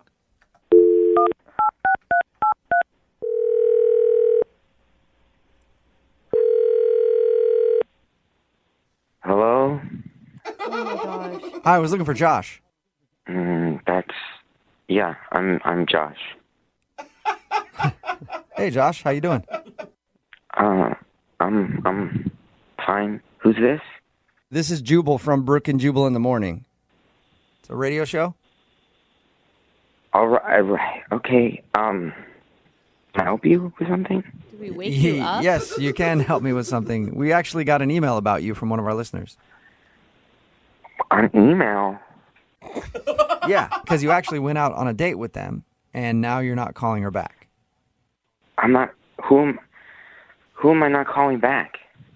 Her name is Rachel, and she said that you guys met at a house party and then went out to dinner, but the dinner had to be cut short because of a missing cat. Oh, the cat. It's that hard to remember the girl that you were puking off the balcony with? Rachel. Yeah. So you remember Rachel? Yes. Did you like Rachel? Yeah. I liked Rachel. I feel like you don't actually remember Rachel the way that you answered that. Sure, I liked Rachel. Oh, that girl. No. I liked her. I did. Okay, so why not call her back? She said it's been 4 days since your date, and you haven't been responding to anything. Oh, no, it's been 6 days. It's been 6 days. Wait, so you've also been counting how many days it's been since you haven't called her back? Well, I kept track of it because that's how long I've been in the hospital. What? What? Oh my God! You know, are you currently in the hospital right now? No, I just got out yesterday. Oh my God! Is that why it sounds like you're on drugs right now? I'm a little bit on some painkillers and stuff. Whoa! Are you what okay? happened? It was such a crazy night. So her cat was missing. And I remember she was really distraught, so I felt bad. And she got out of the car. So I drove around the corner, and then I decided to get out of the car to maybe look for the cat. Because I thought maybe the cat was outside or around the area. Yeah. So I was looking for her cat, and it was really dark, and I couldn't really see that well. And then a car came and hit me. What? You got hit by a car? Oh my God. Yeah, I got a broken arm, and I got a couple of broken ribs. Oh my God, you're lucky that that's it. Dude. Yeah, I've been in the hospital because that happened. So you were going to call her back, but obviously you've had other things going on right now. Yeah, it's just been nuts dealing with all this stuff. Does she know that? I'm so glad you're okay. Yeah, we talked to her. It sounds like she doesn't have any idea that you got hit by a car looking for a cat. I don't know. I've been in the hospital. I don't know what she knows. God, I would feel so bad if I was bad. Rachel. Yeah. I was, would blame myself forever. Very nice of you to try to find her cat, though. I didn't find the cat. No, you didn't. No, he found a car instead. You definitely found a car. Hey, Josh. Mm-hmm. I hate to throw you under the bus again, but Rachel is actually on the other line listening to this conversation and wants to talk to you. What? Yeah. Rachel's here? Hi, oh my God. Hi. I'm so glad you're okay. Oh my gosh. Josh, are you there? I feel like it's too many pain meds to comprehend. Yeah. No, I'm here. I'm here. But what? So what's happening? Oh, poor Josh. Oh, you're so sweet. I thought that you weren't calling me back because I screwed up our date. I thought that you were mad at me. She's trying to laugh it off. No, I was in the hospital. Yeah, I know. We heard the sirens when we were looking for my cat, and and that was you. Oh, God. That's so crazy. Yeah, that must have been for me. I'm sorry. No, please don't apologize. Oh my God. Yeah, what are you apologizing for, Josh? I hope the noise didn't inconvenience you. I'm sorry, I got hit by a car and there happened to be sirens. Oh, I feel so guilty, Josh. I'm sorry. Oh. No, it's fine. I wanted to help you find your cat because you seemed really upset, and I just wanted to help you. How is this turning weirdly romantic? Thank you. That's really sweet. So, Rachel. Yeah. Your cat. Did you find it? Yes. Don't worry about him, please. That's good. Where was it? Oh my God, Josh, you're gonna hate this. He was in my closet. Oh my God, don't tell him that. I'm so sorry. He was in your closet? Oh, Josh. Yeah, no, Josh, you got hit by a car trying to find her cat, and the whole time it was hiding in her closet. Oh my God. Oh my God, you guys. Man. I'm sorry. That is so sad. Oh, Josh, but you're trying to do such a nice thing. Oh, man. Maybe on our second date, I can pay just even the score. Actually, Rachel, here, I'll ask a question for you. Hey, Josh, would you like to go out on another date with Rachel? We will pay for it. So, you're serious? The cat was in the closet the whole time? Yes. Oh my God, I don't blame I know, you. Josh. It would be tough to hear, too, if I were in your shoes. Dude, that's all he's going to be thinking about. But would you like another date with Rachel? She'd love to see you again. I'm just I'm on a lot of medication. Yeah. And I don't know when I can go out again. Okay. Oh my gosh, Rachel. I can come and visit you, and I'll bring you dinner because I think it's the least I can do, honestly. Yeah, that's close to paying for his Yeah. medical bills. How about it, Josh? Will you let Rachel come over and bring you dinner, and you guys can have another date? Safer. That'd be nice. All right. Well, congratulations, Josh and Rachel. You guys got another date. All it took was Josh being hit by a car. A couple broken bones. Yeah.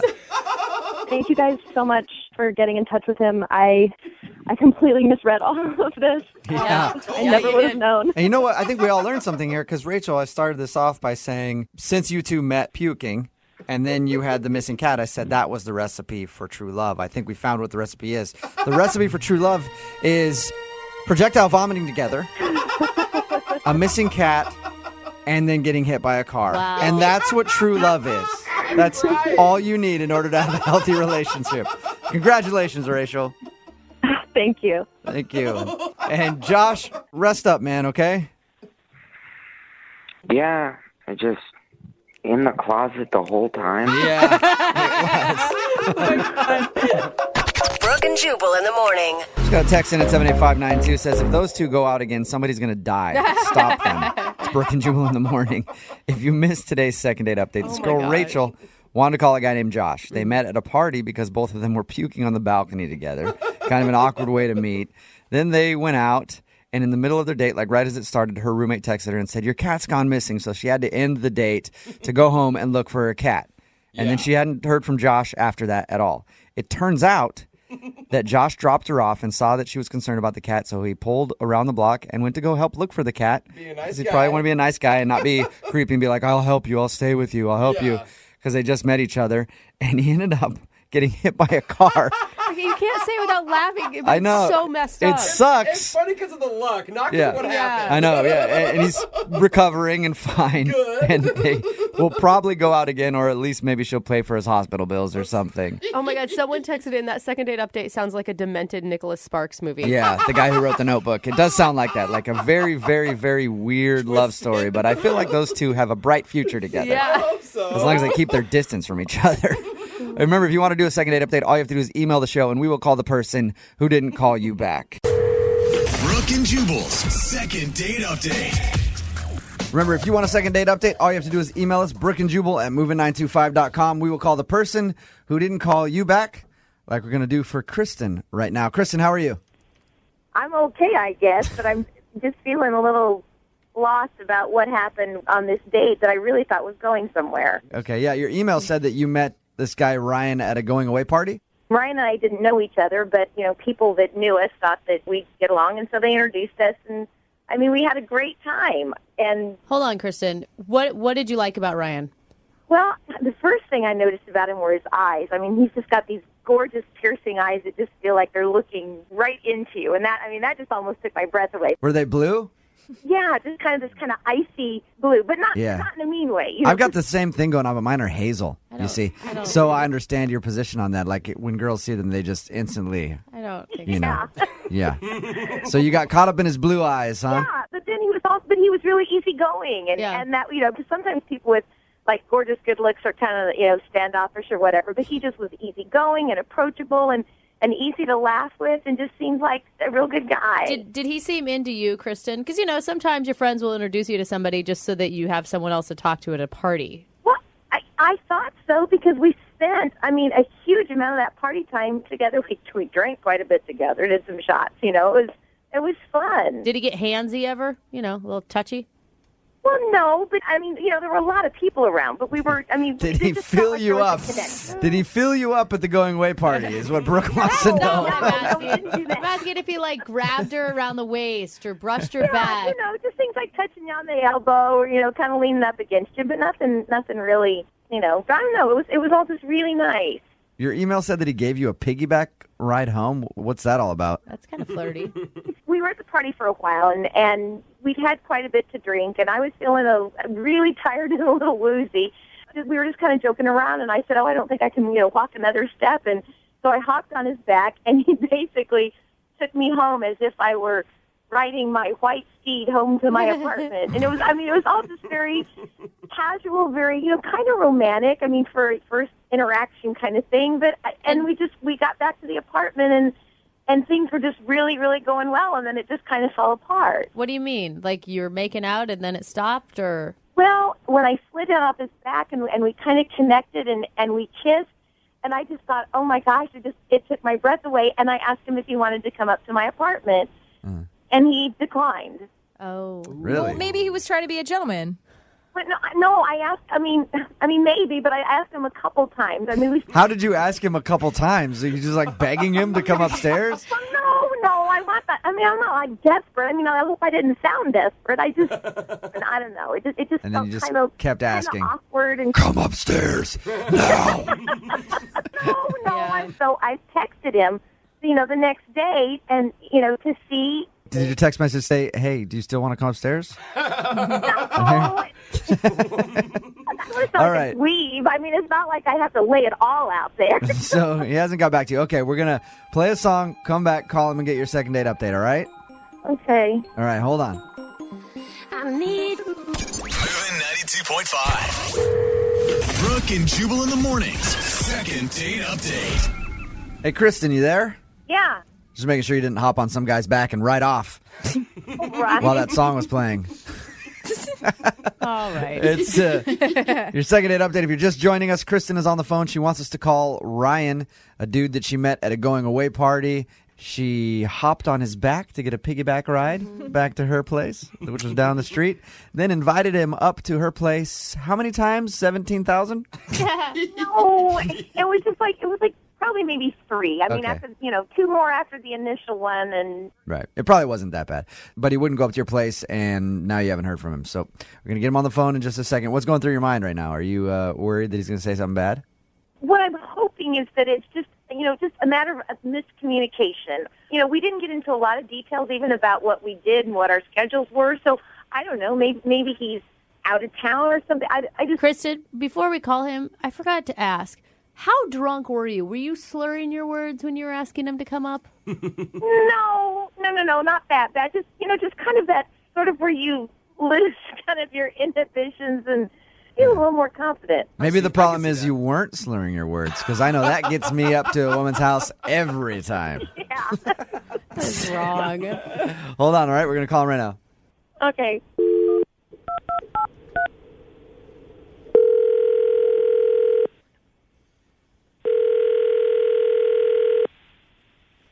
Hello? Hi, is Ryan there? Yeah, this is. Hey, Ryan, how are you, man? This is Jubal from Brooke and Jubal in the Morning. I'm moving 92.5. Oh. Hey. Congratulations. Thanks. Do you remember entering a contest with our station? No, I don't. That's because you didn't. Yeah. I'm calling you about a segment we do on our show called the Second Date Update. Are you familiar with that at all? No. Okay. Say you go out on a date with someone, right? And then you blow them off and you don't call them back. They email us to call you and ask if they did something wrong. Oh. So you want a date with one of my friends named Kristen, so I'm just calling to see why you're not calling her back. She said she was a little drunk. Did she say something stupid? No. Okay. She did say that you gave her a piggyback ride back to her place. Very romantic, by the way. Nice touch. And she said that she was like kind of inviting you up to her apartment and you didn't want to go up there and then just left and haven't called her. Well, no, I mean, it wasn't, I didn't not want to go up there. Like, I couldn't. Why? Do you have a girlfriend? No, it's when I was giving her a piggyback, I kind of hurt myself. What? What do you mean? I threw my back out. You threw your back out? He knows if he's going inside, he can't do any. But he didn't call her back later. Like, why wouldn't you call her back later? I couldn't move. Like, I was in bed for the next 3 days. Oh, man. Did you hold it against her, like, because it was you giving her a piggyback ride? She was a little. She's a bigger girl, you know. Oh, she's a you're little a heavier. Oh, come on, Ryan. What did you, like, scream in pain or something, though? I was trying not to.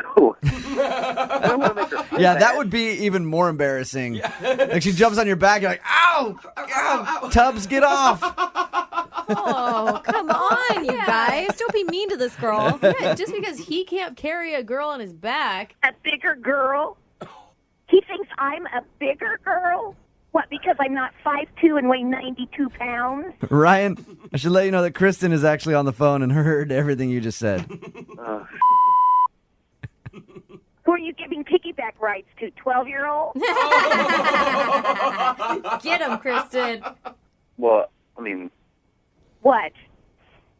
I mean, it's not entirely untrue. Oh, not helping. Doing, dude? To what? I mean, if I knew you had a height or a weight limit on your back, believe me, I would have warned you, but you didn't say anything about that.